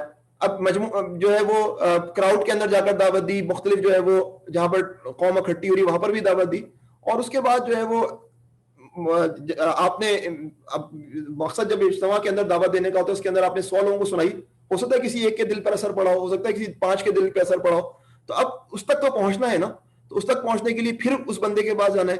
تو بعض دفعہ ایسا بھی ہوا کہ میں کھلے عام پبلک کے پاس گیا اور جو ہے لوگوں سے ملاقات کرنے کی کوشش کی, اور بعض دفعہ میں نے محسوس کیا کہ لوگ مجھ سے بات کریں لیکن ان کے لیے خطرہ ہو, اپنے لیے محسوس کریں گے تو اس وجہ سے وہ میرے سے ڈھنگ سے بات نہیں کریں گے. تو میں نے چپکی بھی سمجھانے کی کوشش کی کہ جو ہے وہ جس کے اندر وہ جو ہے وہ اپنی پرائیویسی اور اپنے دیگر جو لوگوں کی لعنت ملامت سے بچتے ہوئے میری بات سن سکیں. تو میں نے وہ سارے کے سارے کام کیے جس کے نتیجے کے اندر دعوت کو جو ہے وہ کیا ملے, بریک تھرو مل جائے. تو بعض لوگ اپنے آپ کو ایکسپوز نہیں کرنا چاہتے اور وہ چاہتے ہیں کہ جو ہے وہ لوگوں کی لعنت ملامت، لیکن وہ دل میں ہو سکتا ہے ان کے دل میں کوئی جذبہ ہمدردی پیدا ہو جائے. تو یہ پروسیس بھی ہوتا ہے دعوت کے لیے کہ جو ہے وہ چپکے چپکے بھی بات کرنی پڑتی ہے. اسی طرح جو ہے وہ اگر جو ہے وہ چپکے چپکے دعوت دینا جس طرح ایک یعنی کہ انبیاء کا ایک عمل ہے، نبی کریم صلی اللہ علیہ وسلم نے بھی اس کو کیا، خفیہ تبلیغ کی، اسی طرح جو ہے وہ لوگوں کے انفرادی عیوب کو کھلم کھلا بیان کرنا، یہ ڈگریشن ہے تھوڑی سی، مگر میں برسبیل تذکرہ اس بات کا اظہار کر رہا ہوں کہ اگر ہمیں لوگوں کی اصلاح کرنی ہے تو ان کے عیوب کو کھلے عام بیان کرنے کے بجائے انفرادی طور پر ان کو توجہ دلا دی جائے تو زیادہ بہتر ہے، ورنہ ایک اور ریئیکشن آ جاتا ہے اور یہ حکمت کے خلاف بھی ہوتا ہے. تو مجھے یاد پڑ رہا ہے کوئی امام تھے، انہوں نے کوئی ٹوپی پہنی ہوئی تھی، تو ایک شخص نے ان کی نظر ان کی حیثیت کو گرانے کے لیے کہا کہ آپ نے ایسی ٹوپی پہنی ہوئی ہے، کیا نبی کریم صلی اللہ علیہ وسلم ایسی ٹوپی پہنتے تھے؟ تو ان امام نے، جو 4 ائمہ میں سے ہمارے ہیں، کہا تھا کہ تم میری اصلاح کرنا چاہتے ہو، تم پبلک کے سامنے میری بے عزتی کرنا چاہتے ہو. تو یہ بات خود جو ہے وہ حضرت نوح علیہ السلام تو ایک قومی جرائم یا قومی گناہوں کے اوپر توجہ دلا رہے ہیں نا، کہ بتوں کی پوجا نہ کرو، یہ نہ کرو فلاں. وہ تو ایک کامن چیز ہے جو کہ سارے کے سارے لوگ جس گناہ کے اندر ہیں، لیکن جب انفرادی طور پہ بعض کے اندر کوئی خرابی ہو تو اس کو انفرادی طور پہ توجہ دلا دی جائے تو زیادہ بہتر ہے، اور کھلے عام اس کے انفرادی عیوب کو بیان کرنے کا مطلب اس کو بھی اپنا دشمن بنانا ہے. اس کے بعد اگلی آیت ہے، یہ آیت نمبر 10 ہے، فَقُلْتُ اسْتَغْفِرُوا رَبَّكُمْ إِنَّهُ كَانَ غَفَّارًا. اب دوبارہ استغفار پہ بات آ گئی ہے، دعوت استغفار ہے. پھر میں نے کیا کہا؟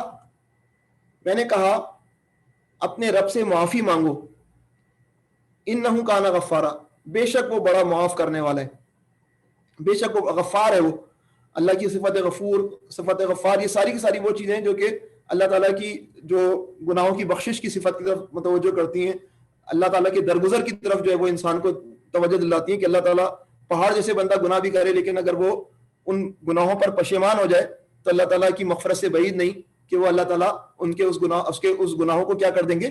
معاف کر دیں گے. دیکھیں اب صورتحال کیا بنی ہوگی. حضرت نوح علیہ السلام نے دعوت دی ہوگی، اور قرآن حکیم کے اندر جو سنت ہے دعوت کی کہ کیا پروسیس سے دعوت گزرتی ہے، تو اس کے اندر یہ بھی ہوتا ہے کہ ایک مرحلہ آتا ہے کہ اللہ تعالیٰ جو ہے وہ عذاب الادنا دیتے ہیں. عذاب الادنا کا مطلب یہ ہوتا ہے کہ اس قوم کو اس بات کا اندازہ ہوتا ہے کہ کوئی گڑبڑ ہے، کوئی رحمتیں تھیں، کوئی نعمتیں تھیں جو ہم سے چھن رہی ہیں. ایک تو ہم نے کل بات کی تھی نا، کل ہم نے بات کی تھی پارشل عذاب کی نا. پارشل عذاب کا مطلب یہ ہے کہ ایک سگنیفیکنٹ چیز اس سے پتہ چل رہا ہے کہ خون کا عذاب آ گیا فرعون کی قوم کے خلاف، یا مینڈکوں کا عذاب آ گیا. تو یہ عذاب تو ایسے ہیں کہ یہ عذاب کی وہ نوعیت ہے جو کہ نشانی بھی ہے اور بالکل کلیئر ہے کہ حضرت موسیٰ علیہ السلام کی وجہ سے آئی ہے کہ حضرت موسیٰ علیہ السلام نے بدوا دی تو یہ آ گئی ہے. لیکن جو عذاب الادنا حضرت نوح علیہ السلام کی قوم کو فیس کرنا پڑا ہوگا، مفسرین کا جو خیال ہے، مفسرین کا کہنا ہے کہ بارش بند ہو گئی، قحط پڑ گیا. اب جب قحط پڑ گیا تو اب اس کے جو ہے وہ دونوں نتائج برآمد ہو سکتے ہیں. یا تو قحط اس وجہ سے پڑا ہے، یعنی کہ انسان سوچ سکتا ہے کہ ہم غلط ہیں، یا یہ قحط اس وجہ سے پڑا ہے کہ نوح علیہ السلام کو ہم نے اپنی قوم میں زندہ رہنے دیا اور ہمارے بتوں کے خلاف برائیاں کر رہے ہیں، تو اس وجہ سے جو ہے نا ان کی نحوست کی وجہ سے بارش رک گئی ہے اور قحط پڑا ہے. تو یہ دونوں جو ہے وہ کیفیات ہو سکتی ہیں. حضرت نوح علیہ السلام کا نیریٹو یہ ہے کہ تمہارے اعمال کی وجہ سے تم پر یہ بدبختی آئی ہوئی ہے، تمہارے اعمال کی وجہ سے جو ہے بارش تم پر رک گئی ہے، تمہارے اعمال کی وجہ سے تمہارے پر اب یہ مسائل آنا شروع ہو گئے. قرآن حکیم میں اس کے لیے لفظ عذاب الادنا، عذاب الادنا عذاب اکبر سے پہلے آتا ہے تاکہ جو ہے اس عذاب ادنا کے نتیجے میں انسان غور و فکر پہ مجبور ہو جائے اور اس غور و فکر کے نتیجے میں قوم جو ہے وہ رجوع کر لے. تو جب عذاب الادنا آیا ہوگا تو حضرت نوح علیہ السلام نے زیادہ متوجہ کیا ہوگا کہ بھائی اللہ سے مغفرت طلب کر لو، اپنے رب سے مغفرت طلب کر لو، وہ تمہیں معاف کرنے والا ہے. لیکن جو ریئیکشن آیا ہوگا وہ یقیناً ریئیکشن جو ہے وہ تمہاری وجہ سے تو یہ مصیبت آئی ہوئی ہے، تمہاری وجہ سے دیوتا ہم سے ناراض ہو گئے، تمہاری وجہ سے ہمارے بت ہم سے ناراض ہو گئے اور ہم بارش جو ہے وہ نہیں ہو رہی ہے. یہ چیز ہوتی ہے جو کہ جو ہے وہ کرائسس کو ایک اور جو ہے وہ مرحلے پر اور ایک اور جو ہے وہ لیول پر لے کر چلی جاتی ہے. قوم تکبر میں ہے، اپنے مسائل کا سبب وہ وجہ یہ کہ اپنے آپ کو قرار دے. وہ کہتی ہے کہ اصل میں تو مسئلہ حضرت نوح علیہ السلام اور ان کے ساتھی ہیں. اور پھر جب یہ صورتحال جب وہ اس نتیجے پہنچتی ہے تو پھر قرآن حکیم کی آیت ہے کہ جو ہے وہ اگر نوح آپ نہیں رکے تو آپ جو ہے وہ کو ہم پتھر مار مار کے جو ہے اپنی بستیوں سے نکالیں گے. لئن لم تنتہی، اس طرح کے الفاظ ہیں، تو پھر آپ جو ہے وہ مرجومین کے اندر سے شمار ہو جائیں گے، یعنی ایک رجم کی دھمکی ہو جاتی ہے، یہ پتھر مار مار کے ہم آپ کو اپنی بستیوں سے نکالیں گے، کہیں بھی آپ کو پناہ نہیں ملے گی. یہاں پر آ کر جو ہے وہ ہمارے ذہن میں جو ہے وہ، میں پچھلی نشست میں بات کی تھی سائنس کا خدا اور مذہب کا خدا، آج جو ہے میں ایک اور لیول پہ جو ہے مذہب کے خدا پر بات کروں گا. میں نے آپ سے پچھلی نشست میں بات کی تھی کل کہ سائنس کا خدا جو ہے وہ، اگر سائنسدان سمجھتا ہے کہ یہ کائنات خود بخود وجود میں نہیں آئی ہے بلکہ کوئی بنانے والا ہے، تو سائنسدان کے نزدیک وہ خدا وہ ہے جو کہ بہت بہت بہت بلند ہے، اور وہ اتنا بلند ہے کہ اسے اس بات کی پرواہ نہیں ہے کہ زمین پہ کیا ہو رہا ہے اور زمین پہ حضرت انسان کیا کر رہا ہے، اسے اس سے غرض نہیں ہے، کچھ بھی کرتا رہے، اس نے بنا دیا. اب اس کے سامنے دیگر پروجیکٹس ہیں جن پروجیکٹس پر وہ کام کر رہا ہے. گویا خدا جو ہے وہ اندھی بہری نیچرل قوتوں کا نمائندہ ایک ذات ہے، ایک ہستی ہے. یہ سائنس کا خدا ہے. مذہب کے خدا میں ہم نے بات کی تھی کہ مذہب کا خدا ایسا ہے جو کہ نوح علیہ السلام کو بھیجتا ہے کہ اپنی قوم کو ڈرائے قبل اس کے کہ ان پر عذاب علیم دردناک عذاب آ جائے. لیکن اب جو ہے وہ ہم اس پہ آگے بڑھ کے بات کر رہے ہیں کہ اس خدا کو جو کہ مذہب کا خدا ہے، جو کہ رب العالمین ہے، وہ رب العالمین کیسا رب ہے کہ وہ اس میں دلچسپی رکھتا ہے کہ لوگ ہدایت پہ آ جائیں، اور وہ اس سے بڑھ کر اس میں بھی دلچسپی رکھتا ہے کہ ہدایت میں آنے کے بعد جو ہے وہ اس سے وہ ذات جو کہ ہماری بنانے والی ہے وہ خوش ہوتی ہے. یعنی کہ وہ ایسا نہیں کہ اچھا یہ فرد واپس پلٹ آئے، ٹھیک ہے یہ بھی فرد واپس پلٹ آیا، نوح علیہ السلام نے میں نے اسائنمنٹ دی تھی، نوح علیہ السلام کی وجہ سے 70 لوگ جو ہے ایمان لے کر آ گئے، گڈ، بس نہیں. مذہب اور خصوصاً اسلام کے اندر جو خدائی تصور ہے، خدا کا تصور ہے، اس کے اندر مغفرت طلب کرنے والے کی اور اپنی راہ کو جو ہے وہ توبہ کرنے والے کی بڑی ویلیو ہے اللہ کے نزدیک. میں آپ کے سامنے کچھ حدیثیں رکھ دوں جن کا مفہوم قتل والی حدیث ہے. 99 قتل، اچھا 99 ادھر چلا گیا، قتل ادھر آ گیا، 99 قتل والی حدیث. اب اس 99 قتل والی حدیث کے اندر آپ دیکھیں کہ وہ آدمی جس نے جو ہے وہ 99 قتل کیے ہوئے ہیں اور اس کو خیال آتا ہے کہ میں یہ اپنے آپ کو درست کرنا ہے، کیا میرے لیے ممکن ہے کہ میں واپس جو ہے وہ دوبارہ میں صحیح ہو جاؤں، کیا یہ میرے لیے ممکن ہے کہ میرا خدا مجھے معاف کر دے. اس کے اندر یہ چیز آتی ہے نا، جب اس کے ذہن میں یہ چیز آتی ہے تو وہ کسی زاہد کے پاس لے آتا ہے، کسی زہد یعنی کہ وہ فرد جو کہ عابد ہے، عبادت کرنے والا ہے لیکن صاحب علم نہیں ہے، اس کے پاس لے آتا ہے اور وہ کہتا ہے کہ تم نے 99 قتل تو کر دیے، اب تمہاری کہاں سے مغفرت ہو جائے گی. اور جو صورتحال بنتی ہے کہ وہ غصے میں آ کر اس کو بھی قتل کر دیتا ہے، سینچری مکمل کر لیتا ہے. لیکن اب اس کا دل کو قرار نہیں ہے، دل کو قرار نہیں ہے اس کو کہ میں کسی طرح واپس جو ہے وہ یہ جو میں نے راستہ اختیار کیا اس راستے سے نکل آؤں. کسی عالم کے پاس جاتا ہے اور وہ صاحب علم آدمی جو ہے اس کو امید دلاتا ہے اللہ کی رحمت کی، اور وہ کہتا ہے کہ اس بستی سے تو کم از کم نکلو، فلاں بستی میں جا کر نئے سرے سے زندگی گزار کرنا شروع کرو. اور وہ بندہ جو ہے وہ اس بستی سے روانہ ہوتا ہے اور اس کی موت کا وقت آ جاتا ہے. اور صورتحال جو ہے وہ یہ ہوتی ہے کہ اب اللہ انڈیفرنٹ نہیں ہے، اللہ تعالیٰ اس فرد کے تمام معاملات کو دیکھ رہے ہیں، یہاں تک کہ اس کی موت کا وقت آتا ہے اور وہ کسی وجہ سے کیا ہوا وہ گرتا ہے، اور گرنے کے باوجود بھی وہ اپنے حوصلے کو نہیں ہارتا اور اس بستی کی طرف جانے کی کوشش کرتا ہے جس بستی کی طرف اس کو عالم نے مشورہ دیا تھا، اور ذرا سا کچھ اور معاملہ آگے بڑھ جاتا ہے. اب اس کے جو ہے وہ ملک الموت آ جاتے ہیں، اور ٹرینڈ مسئلہ یہ ہوتا ہے کہ اس کی روح کو قبض کون کرے گا، اور پھر جو ہے وہ بحث ہوتی ہے اور اللہ تعالیٰ فیصلہ کرتے ہیں کہ یہ کیلکولیٹ کر لیا جائے کہ اس کا فیصلہ کتنا زیادہ تھا، کس طرف زیادہ تھا. اور پتہ چلتا ہے کہ اللہ تعالیٰ خود ہی جو ہے وہ زمین کے معاملات کو ایسے کرتے ہیں کہ کیلکولیشن کے اندر پتہ چلتا ہے کہ اس نے زیادہ سفر جو ہے وہ اس طرف کر لیا تھا 50% سے زیادہ جہاں بستی تھی، اور وہ جو 100 افراد کا قاتل تھا وہ کس حیثیت سے اٹھایا گیا، ایک توبہ کرنے والے مومن کی حیثیت سے اٹھایا گیا. آپ دیکھیں کہ اللہ تعالیٰ کتنے زیادہ انوالو ہے ہمارے معاملے میں، کہ اللہ تعالیٰ جو ہے مغفرت کے لیے ایسا یعنی کہ ایک انڈیفرنس بھی ہو سکتا ہے. اللہ تعالیٰ کا جس طرح سائنس کا خدا ہے اس کے اندر تو کوئی جذبات ہے ہی نہیں. یہاں ہمیں پتہ چل رہا ہے کہ اللہ تعالیٰ ہمیں اللہ تعالیٰ کے متعلق اللہ کے رسول صلی اللہ علیہ وسلم نے ایسی حوصلہ افزا باتیں بتائی ہیں کہ جس کے نتیجے میں ہمارے اندر اس بات کا ذوق اور تشویق پیدا ہوتی ہے، شوق پیدا ہوتا ہے کہ ہم جو ہے وہ مغفرت کو اپنے لیے حاصل کر لیں اور ہم جو ہے وہ کسی طرح جو ہے وہ اللہ تعالیٰ کے نیک اور صالح بندوں کے اندر شامل ہو جائیں. یہ ایک حدیث ہے. اس کے بعد ایک اور حدیث ہے جو کہ بہت ہی زیادہ حوصلہ افزا حدیث ہے اور وہ اونٹ گم کرنے والی حدیث ہے، جس کے اندر تو اللہ تعالیٰ کی خوشی کے کیا کہنے. یعنی کہ ایک آدمی ہے جو باقاعدہ سفر میں ہے اور اس کے سامان جو ہے وہ لیکن اس کی جیب وغیرہ میں نہیں ہے، بلکہ سارا زیادہ راہ جو ہے وہ اس کے اونٹ پر ہے، اور جو ہے وہ سوتا ہے اور اس کا اونٹ کہیں غائب ہو جاتا ہے، وہ اٹھتا ہے تو دیکھتا ہے کہ اونٹ جو ہے وہ کہیں بھی نہیں ہے، اب اس کے پاس کھانے پینے کے لیے کچھ بھی نہیں ہے، اسے پتا ہے کہ کچھ عرصے بعد میں سسک کر مرنا ہے۔ یہ وہ صورتحال ہے جس کے اندر جو ہے وہ ادھر دوڑتا ہے ادھر دوڑتا ہے کہ کسی طرح مجھے میرا اونٹ مل جائے، اور اسے اونٹ اس کا مل کر نہیں دیتا، اور وہ بالآخر مایوس ہو کر لیٹ جاتا ہے اور اس کی آنکھ لگ جاتی ہے۔ پھر کیا ہوتا ہے؟ اس کی آنکھ دوبارہ کھلتی ہے۔ جب اس کی آنکھ دوبارہ کھلتی ہے تو اس کی آنکھ جو ہے وہ دیکھتی ہے کہ اس کا اونٹ، اس کا واپس گمشدہ اونٹ اس کا واپس آ چکا ہے۔ وہ خوشی سے پاگل ہو جاتا ہے، اس کے منہ سے جو ہے وہ شکر کے معاملے میں کیا الفاظ نکلتے ہیں؟ شرکی الفاظ نکلتے ہیں۔ شکر وہ کر رہا ہوتا ہے لیکن اس کے منہ سے شرکی الفاظ نکلتے ہیں۔ کیا الفاظ نکلتے ہیں اس کے؟ اے خدا تو میرا بندہ اور میں تیرا رب۔ حالانکہ وہ کہنا یہ چاہ رہا تھا کہ اے میرے رب، اے خدا تو میرا رب اور میں تیرا بندہ، اس طرح کے الفاظ ہیں جہاں تک یاد پڑ رہا ہے۔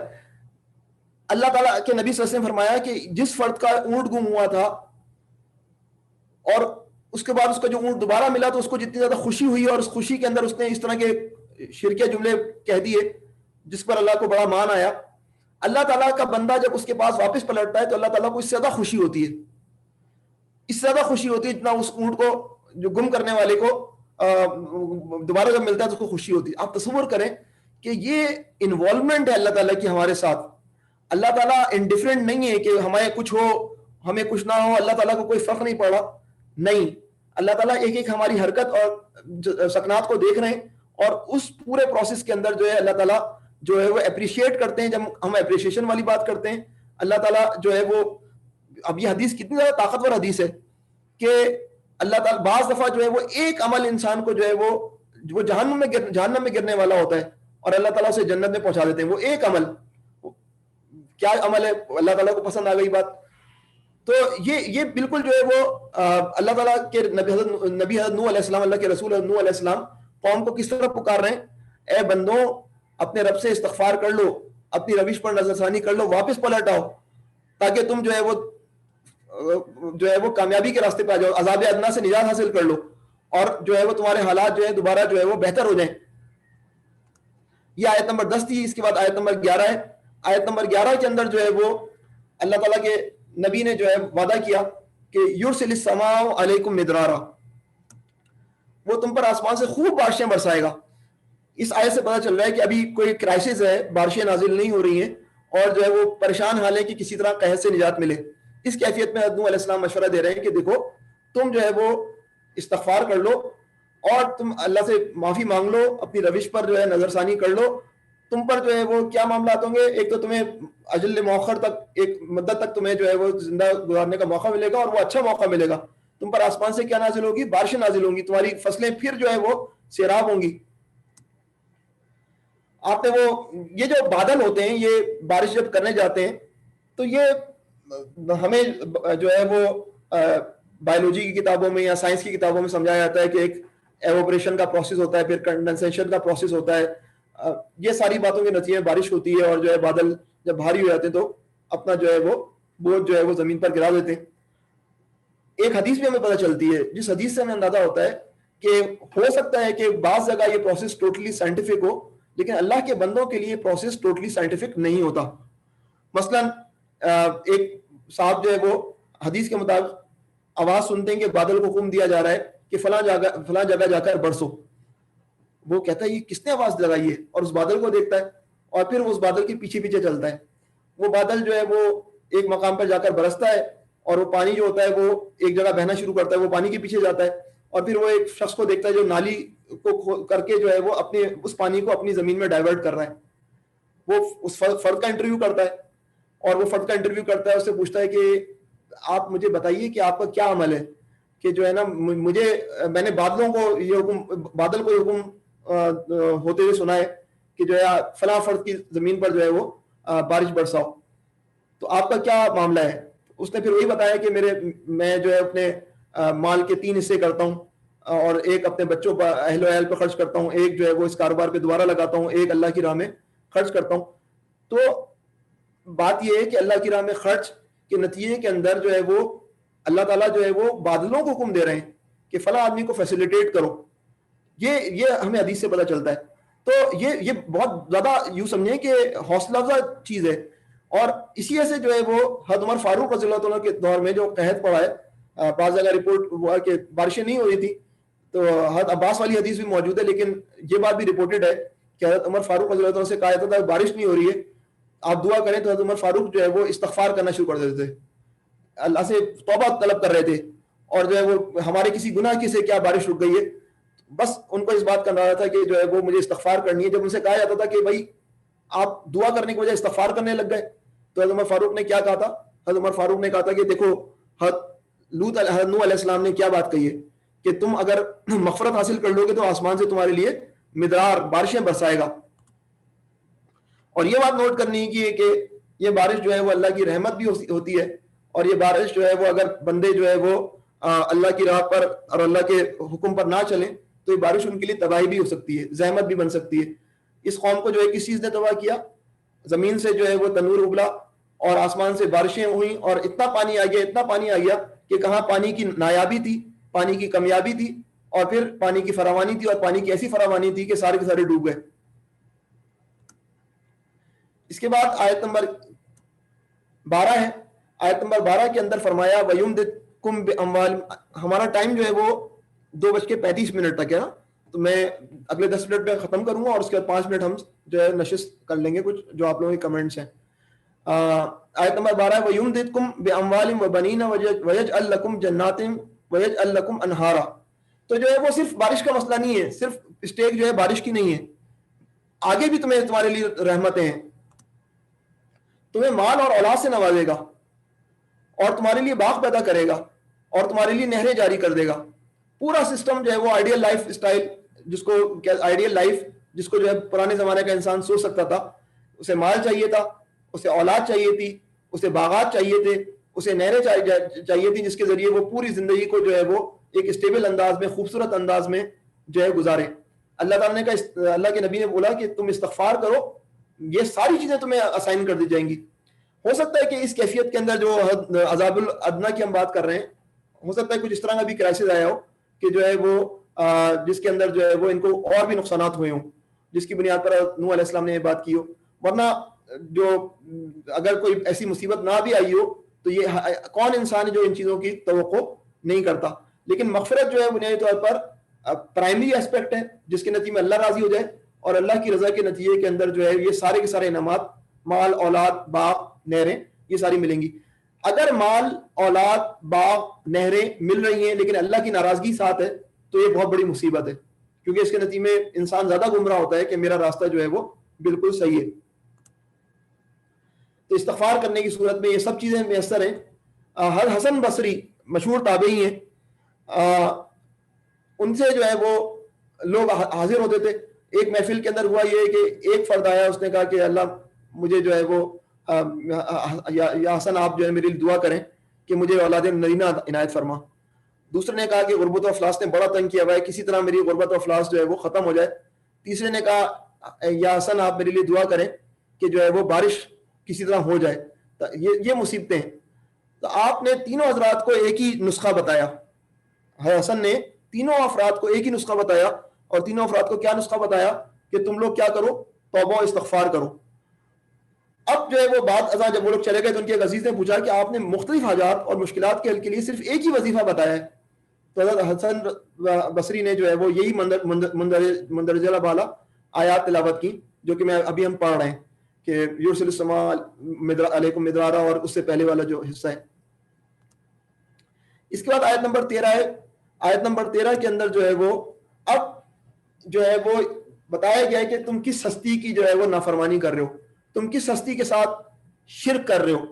ما لکم لا ترجون للہ وقارا، تمہیں کیا ہو گیا ہے کہ اللہ کے لیے تم کسی وقار کی توقع نہیں رکھتے. اگر کسی کو ملکہ الزبتھ سے کے پاس جا کر اس کے ساتھ کھانا کھانا ہے نا، برٹش رائل ہاؤس، تو جو ہے وہ اس کا بھی ایک ڈیکورم ہے کہ آپ کو بتایا جائے گا کہ ان کپڑوں میں جائیں، یہ کھانے کا طریقہ ہے، چمچہ یوں پکڑنا ہے، یہ کچھ کرنا ہے، ہر ایک کے ڈیکورم ہوتے ہیں. اللہ تعالیٰ کے متعلق جو ہے وہ معاملہ ہے کہ انسان جو ہے وہ کوئی اسٹیکس کے متعلق سوچ ہی نہیں رہا. میں اللہ کی نافرمانی کروں کوئی فرق نہیں پڑتا. یا ایھا الانسان ما غرک بربک الکریم، اے انسان تجھے کس چیز نے تمہارے اپنے رب کریم کے متعلق دھوکے میں ڈال رکھا ہے. اللہ کے لیے تم کسی وقار کی توقع نہیں رکھتے، یعنی کہ تمہارے بتوں کو کچھ کہہ دیا جائے تو تم اچھل پڑتے ہو، تم جو ہے وہ بات کرتے ہو کہ تمہیں سنسار کر دیا جائے گا، تمہارے ساتھ یہ کر دیا جائے گا. رب کے متعلق تمہاری باتیں ہوتی ہیں، تمہارے کانوں میں جوں تک نہیں رینگتی. یہ محمد بن جبیر بن مطعم ہیں، یہ اپنے بابا سے، اپنے والد صاحب سے روایت کرتے ہیں، اور کہ جو ہے وہ ہوا کیا. اچھا، حضرت جو ہے وہ جبیر بن مطعم کے والد جو ہے مطعم بن عدی ہیں. مطعم بن عدی وہ فرد ہیں جنہوں نے نبی کریم صلی اللہ علیہ وسلم کو جب طائف میں فتح مارے گئے تھے تو اب بڑی زخمی حالت میں تھے، اور اب انہیں مکے میں دوبارہ داخل ہونا تھا. مکے میں جو ہے وہ سردار کون تھا؟ بنو ہاشم کا ابو لہب تھا، وہ بھی دشمن. اور نبی کریم صلی اللہ علیہ وسلم کے متعلق رپورٹ پتہ چل گئی ہے کفار مکہ کو کہ وہاں پتھر مار مار کے لہولہان کر دیا گیا ہے. حضرت خدیجہ الکبریٰ کا انتقال ہو چکا ہے، کوئی بیک پہ جو ہے کچھ سمجھ میں نہیں آ رہا. تو اس وقت جو ہے وہ مطعم بن عدی نے، اگرچہ وہ کافر تھا، اس نے کہا کہ میں آپ کو اپنی پناہ میں لیتا ہوں، اور آپ کو پناہ میں لے کر جو ہے وہ میں مکے میں داخل ہوں گا، کوئی آپ کو کچھ نہیں کہے گا. تو مطعم کے جو بیٹے تھے حضرت جبیر بن مطعم، حضرت جبیر بن مطعم حضرت عائشہ سے پہلی جو بات ہوئی تھی حضرت جبیر بن مطعم کی تھی، لیکن حضرت جبیر بن مطعم اس زمانے میں کافر تھے، تو حضرت عائشہ کا رشتہ جو ہے وہ توڑ دیا گیا. پھر نبی کریم صلی اللہ علیہ وسلم سے بعد میں نکاح ہوا. آپ خود دیکھ سکتے ہیں عائشہ کی عمر بھی کم تھی، لیکن اس سے پہلے بھی جو طے تھا رشتہ حضرت جبیر سے تھا. تو جبیر بن مطعم جو تھے ان کا بیٹا تھا محمد. تو محمد بن جبیر بن مطعم سے روایت ہے کہ بخاری کی ہے کہ حضرت محمد بن جبیر بن مطعم اپنے والد سے بیان کرتے ہیں کہ وہ کہتے ہیں کہ میں نے رسول اللہ صلی اللہ علیہ وسلم سے مغرب کی نماز میں سورہ طور سنی. جب آپ اس آیت پہ پہنچے، کیا یہ کسی خالق کے بغیر پیدا ہوئے ہیں، یا یہ خود اپنے آپ کے خالق ہیں، یا زمین اور آسمانوں کو انہوں نے پیدا کیا ہے؟ اصل بات یہ ہے کہ یقین رکھتے کیا تیرے رب کے خزانے ان کے قبضے میں ہیں، یا ان پر ان کا کنٹرول ہے؟ ام ہم المسیطرون. جب یہ آیت سنی ہے تو حضرت جبیر کہتے ہیں کہ قریب تھا کہ میرا دل پھٹ جاتا. بات اصل میں یہی ہے کہ ہم جو ہے وہ اللہ تعالیٰ ہمیں وہ دل عنایت فرمائے جس سے، اور وہ آنکھیں عنایت فرمائے جو کہ آنسو جو ہے وہ جاری کر دیں. حقیقت یہ ہے کہ ہمارے دل سخت ہو گئے ہیں، ورنہ چاروں طرف ایسی آیات ہیں اور چاروں طرف ایسے احسانات ہیں کہ انسان ان احسانات کو سوچے تو دل پھٹ جائے کہ یہ یا اللہ اس موقع پر بھی آپ نے مجھ پر اتنا رحم کیا، یا اللہ اس موقع پہ بھی آپ نے اتنا کرم کیا، یہ اتنی بڑی عظیم الشان کائنات ہے. جو بھی سوچنے والا آدمی ہے وہ اس وقار کی اہمیت سے واقف ہو جائے گا کہ اللہ کے لیے جو ہے وہ ڈیکورم کو فالو کریں. اور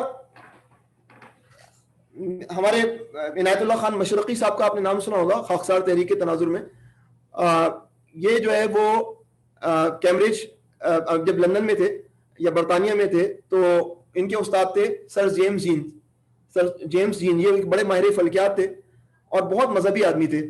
چرچ پہ جانا باقاعدگی سے، جب ہر سنڈے جو سروس ہوتی ہے اس کے اندر جاتے تھے. تو ایک دفعہ عنایت اللہ خان مشرقی اس وقت طالب علم تھے، انہوں نے جو ہے وہ دیکھا سر جیمز جین جو ہے وہ جا رہے ہیں جلدی جلدی چرچ کی طرف.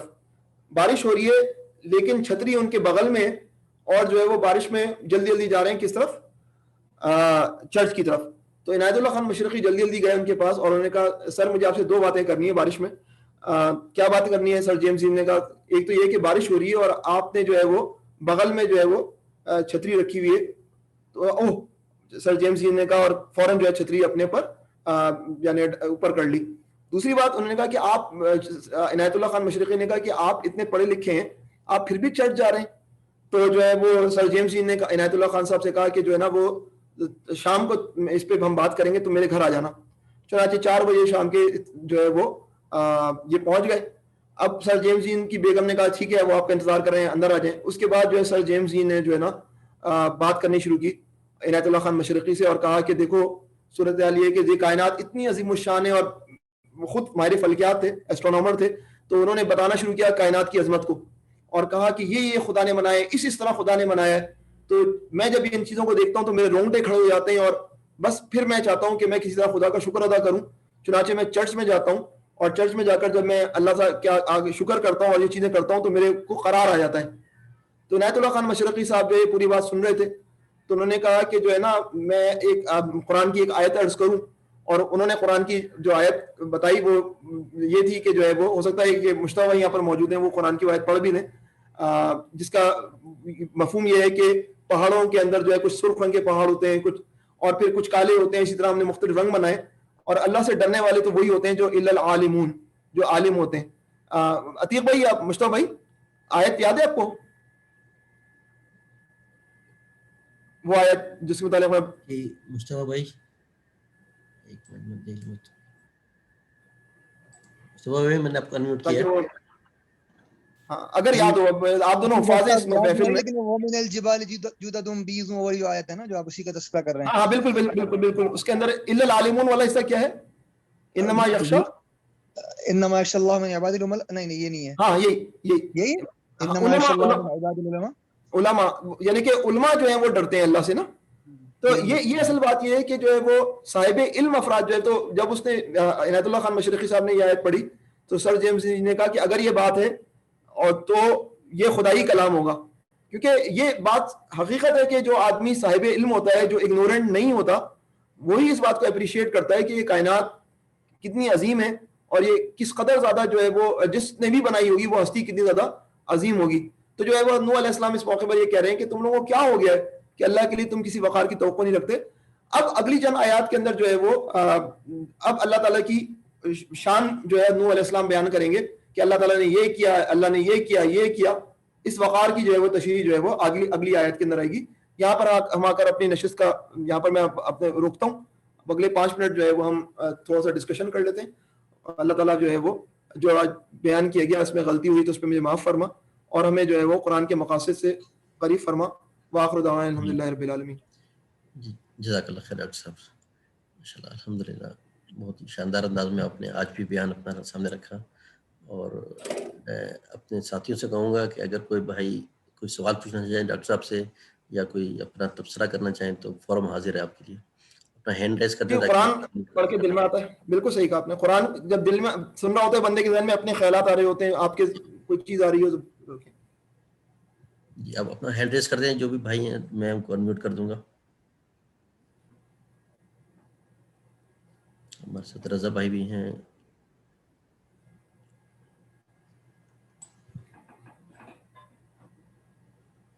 عتیق بھائی، زاہد بھائی نے بات کی تھی شروع میں کہ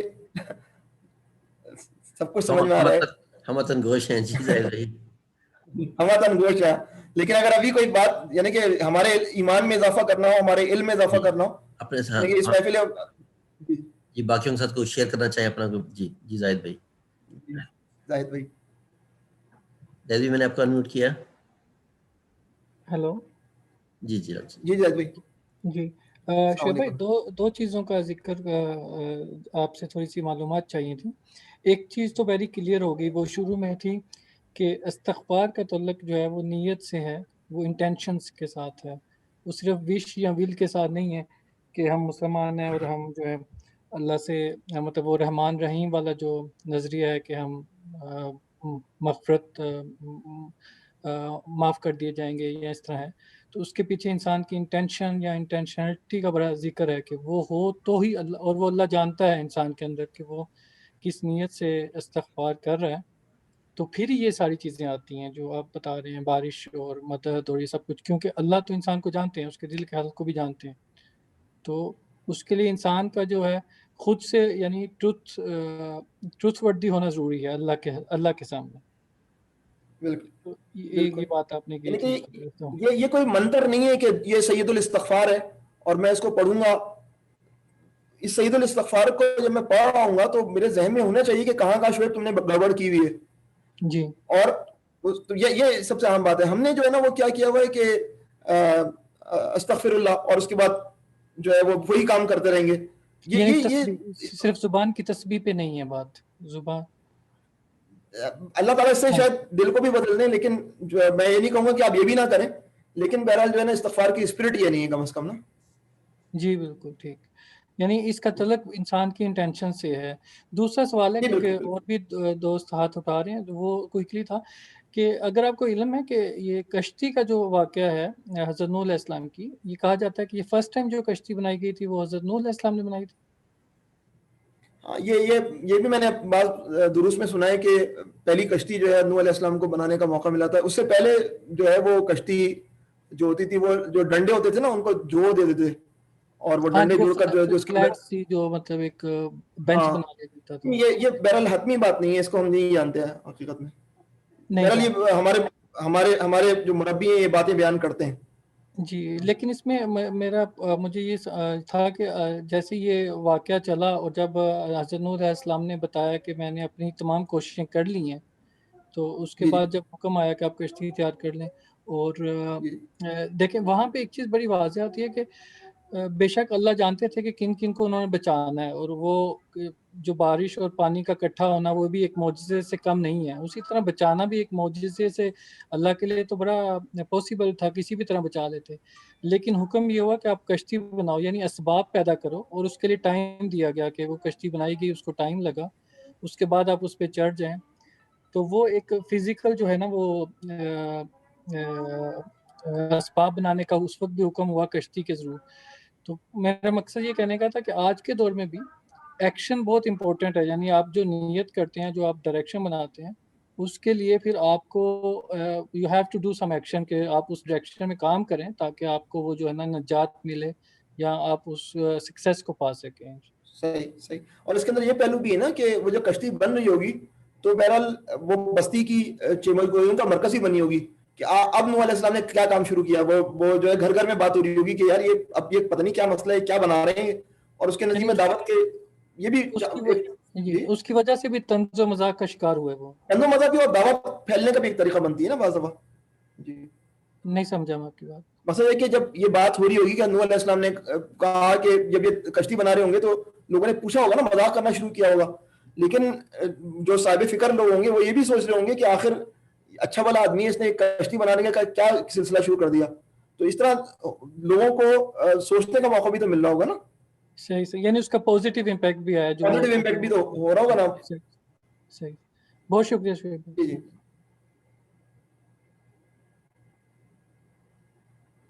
جی رضوان بھائی، اور کس نے ہاتھ اٹھایا ہوا ہے؟ جی رضا بھائی نے کچھ کہنا چاہ رہے تھے. جی رضا بھائی. ہاں بھائی بھی. السلام علیکم.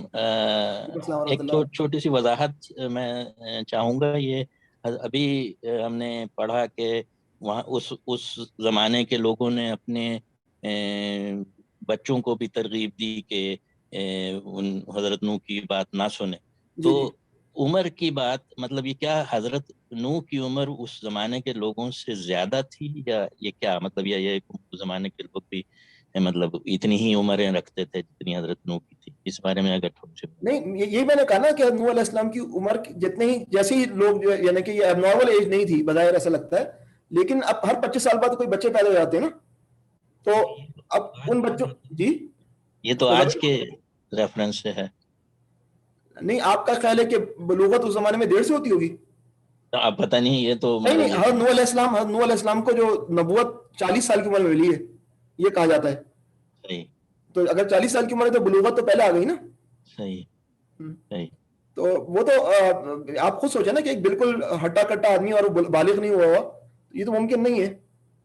وہ اس طرح کی باتیں ہیں کہ وہ آپ نے سنا ہوگا، بعض ہمارے مدرس بات کر رہے ہوتے ہیں کہ حضرت نوح علیہ السلام کے پاس ایک عورت آ گئی، اس نے کہا کہ میرے بچے بچپن میں مر جاتے ہیں. وہ 200 سال کی عمر ہوتی تھی ان کی. ایسی کوئی باتیں آپ نے سنی ہوں گی شاید. میرا خیال ہے آپ کا تناظر وہ ہے. نہیں، وہ اب آپ کے ذہن میں بس یہ بات آ رہی ہوگی کہ نوح علیہ السلام کی 950 سال عمر ہے، بچے صرف 4 ہیں. یہ بس ایک بڑا سوال ہوتا ہے کہ ایک بچہ جو تھا وہ گمراہ تھا، 3 بچے سام ہم یافس جو ہیں وہ صحیح تھے. تو اب اللہ بہتر جانتا ہے کہ ان کی بیوی کے ساتھ کیا معاملات ہوں گے. یہ سارے امکانات پھر ہمیں دیکھنے پڑتے ہیں. صحیح. جزاک اللہ. جی طاہا بھائی، آپ کچھ پوچھنا چاہ رہے ہیں؟ جی السلام علیکم ڈاکٹر صاحب. یہ جو آپ جو آخری جو سلائیڈ ہے جس میں آپ نے جو بات کی کہ اللہ تعالیٰ ہمیں یعنی وہ دل عطا کرے جو حدیث کے حوالے سے، تو اس میں یعنی کوئی آپ کی طرف سے کچھ ہے کہ یعنی دل جو سخت ہو جاتے ہیں پھر ان پہ وہ قرآن کا وہ اثر نہیں ہوتا؟ یعنی ایک دو چیزیں تو یعنی حدیثوں میں بھی ملتی ہیں کہ قرآن کو یعنی دل کو پگلانے والی چیز یا وہ موت کی یاد و قرآن کی تلاوت ہے. لیکن وہی بات ہے کہ ہم یعنی جو قرآن کو ڈائریکٹ نہیں سمجھ سکتے یا اس طرح سے نہیں سمجھ سکتے، تو ان کے لیے کیا ہو سکتا ہے؟ یعنی ایک چیز جو ذہن میں آتی ہے کہ آج کل کے زمانے میں قرآن اور تلاوت یعنی اب یوٹیوب اور دیگر اپلیکیشنز میں ساتھ ساتھ ہوتی ہیں، یعنی آپ قرآن کی تلاوت بھی سن رہے ہیں اور اس کا ترجمہ بھی پڑھ رہے ہیں جو اس کا آپ کے ذہن میں اثر کر رہا ہے یا دل و دماغ پہ اثر کر رہا ہے، اس کے یعنی کوئی اس طرح کی کوئی تجاویز ہیں آپ کے پاس کہ قرآن جس طرح ان صحابی کے اوپر اثر پڑا تو باقی کیا کیا جا سکتا ہے اس کے حوالے سے؟ دیکھیں عمومی طور پر جو ہے نا وہ غمگین دل جو ہے نا اس کے اندر بڑی کیپیسٹی ہوتی ہے کہ اس کی آنکھوں سے آنسو پیدا ہو نا. پرابلم جو ہے نا ہمارے ساتھ یہ ہے کہ ہمارے ساتھ کوئی پرابلم نہیں ہے، یعنی کہ ہماری زندگی کا کوئی چیلنج ہی نہیں ہے. یعنی کہ میں اگر قوم کی اصلاح کے لیے جدوجہد کر رہا ہوں، قوم مجھے پتھر مارے، قوم میرے ساتھ کچھ کرے، تو مجھے کوئی تکلیف ہو تو پھر میں اللہ کے پاس جاؤں، اللہ پاک یہ ہوا ہے میرے ساتھ. ہمارے ساتھ کوئی پرابلم نہیں ہے، یہ ہمارا بڑا پرابلم ہے. تو اس پہ ذرا غور کرنے کی ضرورت ہے کہ ہمارے ساتھ کیوں پرابلم نہیں ہے. صحیح، میں سمجھا پایا ہوں تھا بھائی؟ صحیح. یہ تو آپ یہ تو دعا کے کانٹیکسٹ میں یا اس کانٹیکسٹ میں، جیسے اگر یہ صحابی کا اگر جو آپ نے واقعہ کوٹ کیا یہ میں ازیوم کروں گا کہ یہ مدینہ کے دور کے اندر ہی یہ حدیث ہے، جو مغرب کیونکہ فرض نمازیں تو اسی وقت ہی ہوئی تھی، مدینہ میں ہی ہوئی تھی 5 وقت، یعنی مکہ کے آخر دور میں اور مدینہ کے اندر ہی. تو یہ یعنی اس وقت یہ اگر یہ تلاوت سن رہے ہیں اور یہ والی آیت ہے جو اللہ تعالیٰ کے شان اور جلال کا وہ تذکرہ کر رہی ہے، تو اس کا ایک اثر جو ہے وہ ان کے اوپر اس طرح پڑا کہ ان کو اپنا دل اس طرح محسوس ہوا. یعنی اس کانٹیکسٹ کے اندر یعنی وہ آپ کی بات صحیح ہے، میں سمجھ رہا ہوں کہ وہ جو ایک دائی کے لیے جو مشکلات ہوتی ہیں اور جو غم کا جو وہ ہوتا ہے، تو وہ دعا جب کرتا ہے تو اس کے اندر ایک الگ کیفیت ہوتی ہے. اور جب وہ یہ آیتیں بھی پڑھتا ہے جو اس طرح جو حضرت نوح علیہ السلام کے ساتھ جو واقعہ ہوا دیگر انبیاء کے ساتھ، تو اس کے اوپر کیفیت الگ آتی ہے. تو ٹھیک ہے آپ کی بات. لیکن آپ نے یہ بات صحیح کہی کہ یعنی کہ یہ قرآن کا حصہ اگر میں پڑھوں تو میری آنکھوں سے آنسو کیوں جاری نہیں ہوں گے جبکہ ان کی آنکھوں سے آنسو جاری ہو رہے ہیں نا، یا ان کا دل پھٹ رہا ہے. یہی مطلب ہے نا کہ میرے پر وہ امپیکٹ کیوں نہیں ہو رہا جیسے کہ ان کے پر امپیکٹ ہو رہا ہے. جی جی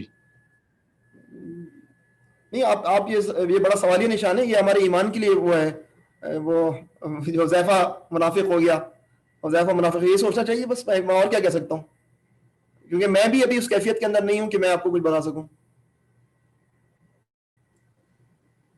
جی بس میں بھی دعا ہی کر سکتا ہوں کہ اللہ ہمیں بھی ایسا دل عنایت فرما.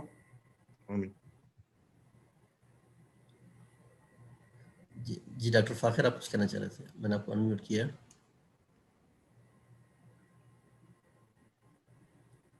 میرے خیال ڈاکٹر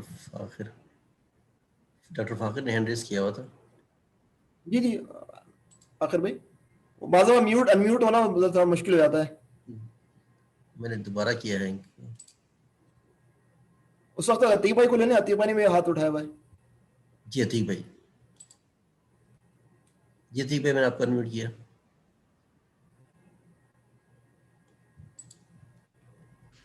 السلام علیکم. وعلیکم السلام ورحمۃ اللہ. عتیق بھائی جی، یہ جو طاہر بھائی نے بات کی ہے اس کے لیے ایک جو مطلب جو کمی جو میں دیکھتا ہوں کہ ہم پہ کیوں نہیں اثر ہوتا ہے، اس کی ایک بالکل جو ایمیننٹ سی ریزن ہے وہ جو یہ ہے کہ ہمیں اس کا سمجھ نہیں آتی. مطلب ہم صرف جو عربک ہے وہ ہمارے کلچر میں رائج ہے کہ ہم بس عربک اور نیکیاں وہ اکٹھی کرتے رہتے ہیں، ٹھیک ہے. اور اس کا ہمارے دل پہ کیا اثر ہوتا ہے جب ہمیں پتہ ہی نہیں ہوتا کہ یہ آیت میں اللہ تعالیٰ ہم سے کیا کہہ رہے ہیں یا یہ آیت کیا کہہ رہی ہے. تو اس کا جو سب سے پہلا سٹیپ ہے وہ تو یہ ہے کہ ہم قرآن ترجمہ وہ سیکھیں. اس کے لیے مطلب ڈفرینٹ قرآن سرکلز ہیں، ڈفرینٹ مطلب اب تو آن لائن بہت سارے جو ہے نا وہ ریسورسز اویلیبل ہیں. پہلے مسئلہ ہوتا تھا کہ آپ اپنا ٹائم کیسے نکالیں، لیکن اب یہ چیزیں مینیجبل ہو گئی ہیں. میرا خیال ہے جب آپ کو ترجمہ آ جائے گا، جب آپ کو قرآن کی آیت سمجھ آ جائے گی تو کچھ مسئلہ یہ جو ہے نا وہ حل کی طرف آئے گا. صحیح. یہ بھی ایک پہلو ہے، یہ بھی پہلو ہے. وہی بات ہے کہ سعودیوں کے کیوں نہیں آ رہا، جن کی زبان یہ ہے، تو وہ اصل میں سوال ادھر چلے جاتا ہے کہ عرب کی تو زبان ہے نا، یہ ادھر بھی دل سخت ہوئے میں.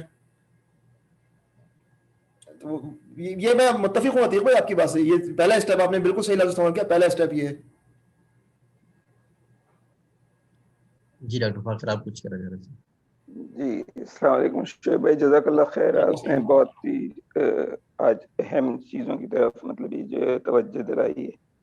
اس میں کچھ چیزیں مطلب یہ جو پہلے آپ نے کہا جو اللہ تعالیٰ کا جو انوالومنٹ ہے ہر بندے کے ساتھ، وہ واقعی مطلب یہ بہت ہی غور طلب ہے. کیونکہ قرآن کریم میں مطلب یہ دوسری جگہ اللہ یہ بھی ارشاد فرمایا ہے کہ فَلْيَسْتَجِيبُوا لِي وَلْيُؤْمِنُوا بِهِ، یعنی اللہ تعالیٰ صرف سنتا نہیں ہے بلکہ آپ کی اس کا جواب دیتا ہے، آپ کی بات کا جو ہے. تو اسی طرح نحن اقرب الیہ من حبل الورید، اللہ تعالیٰ آپ کی جو ہے شہرک سے بھی جو ہے قریب.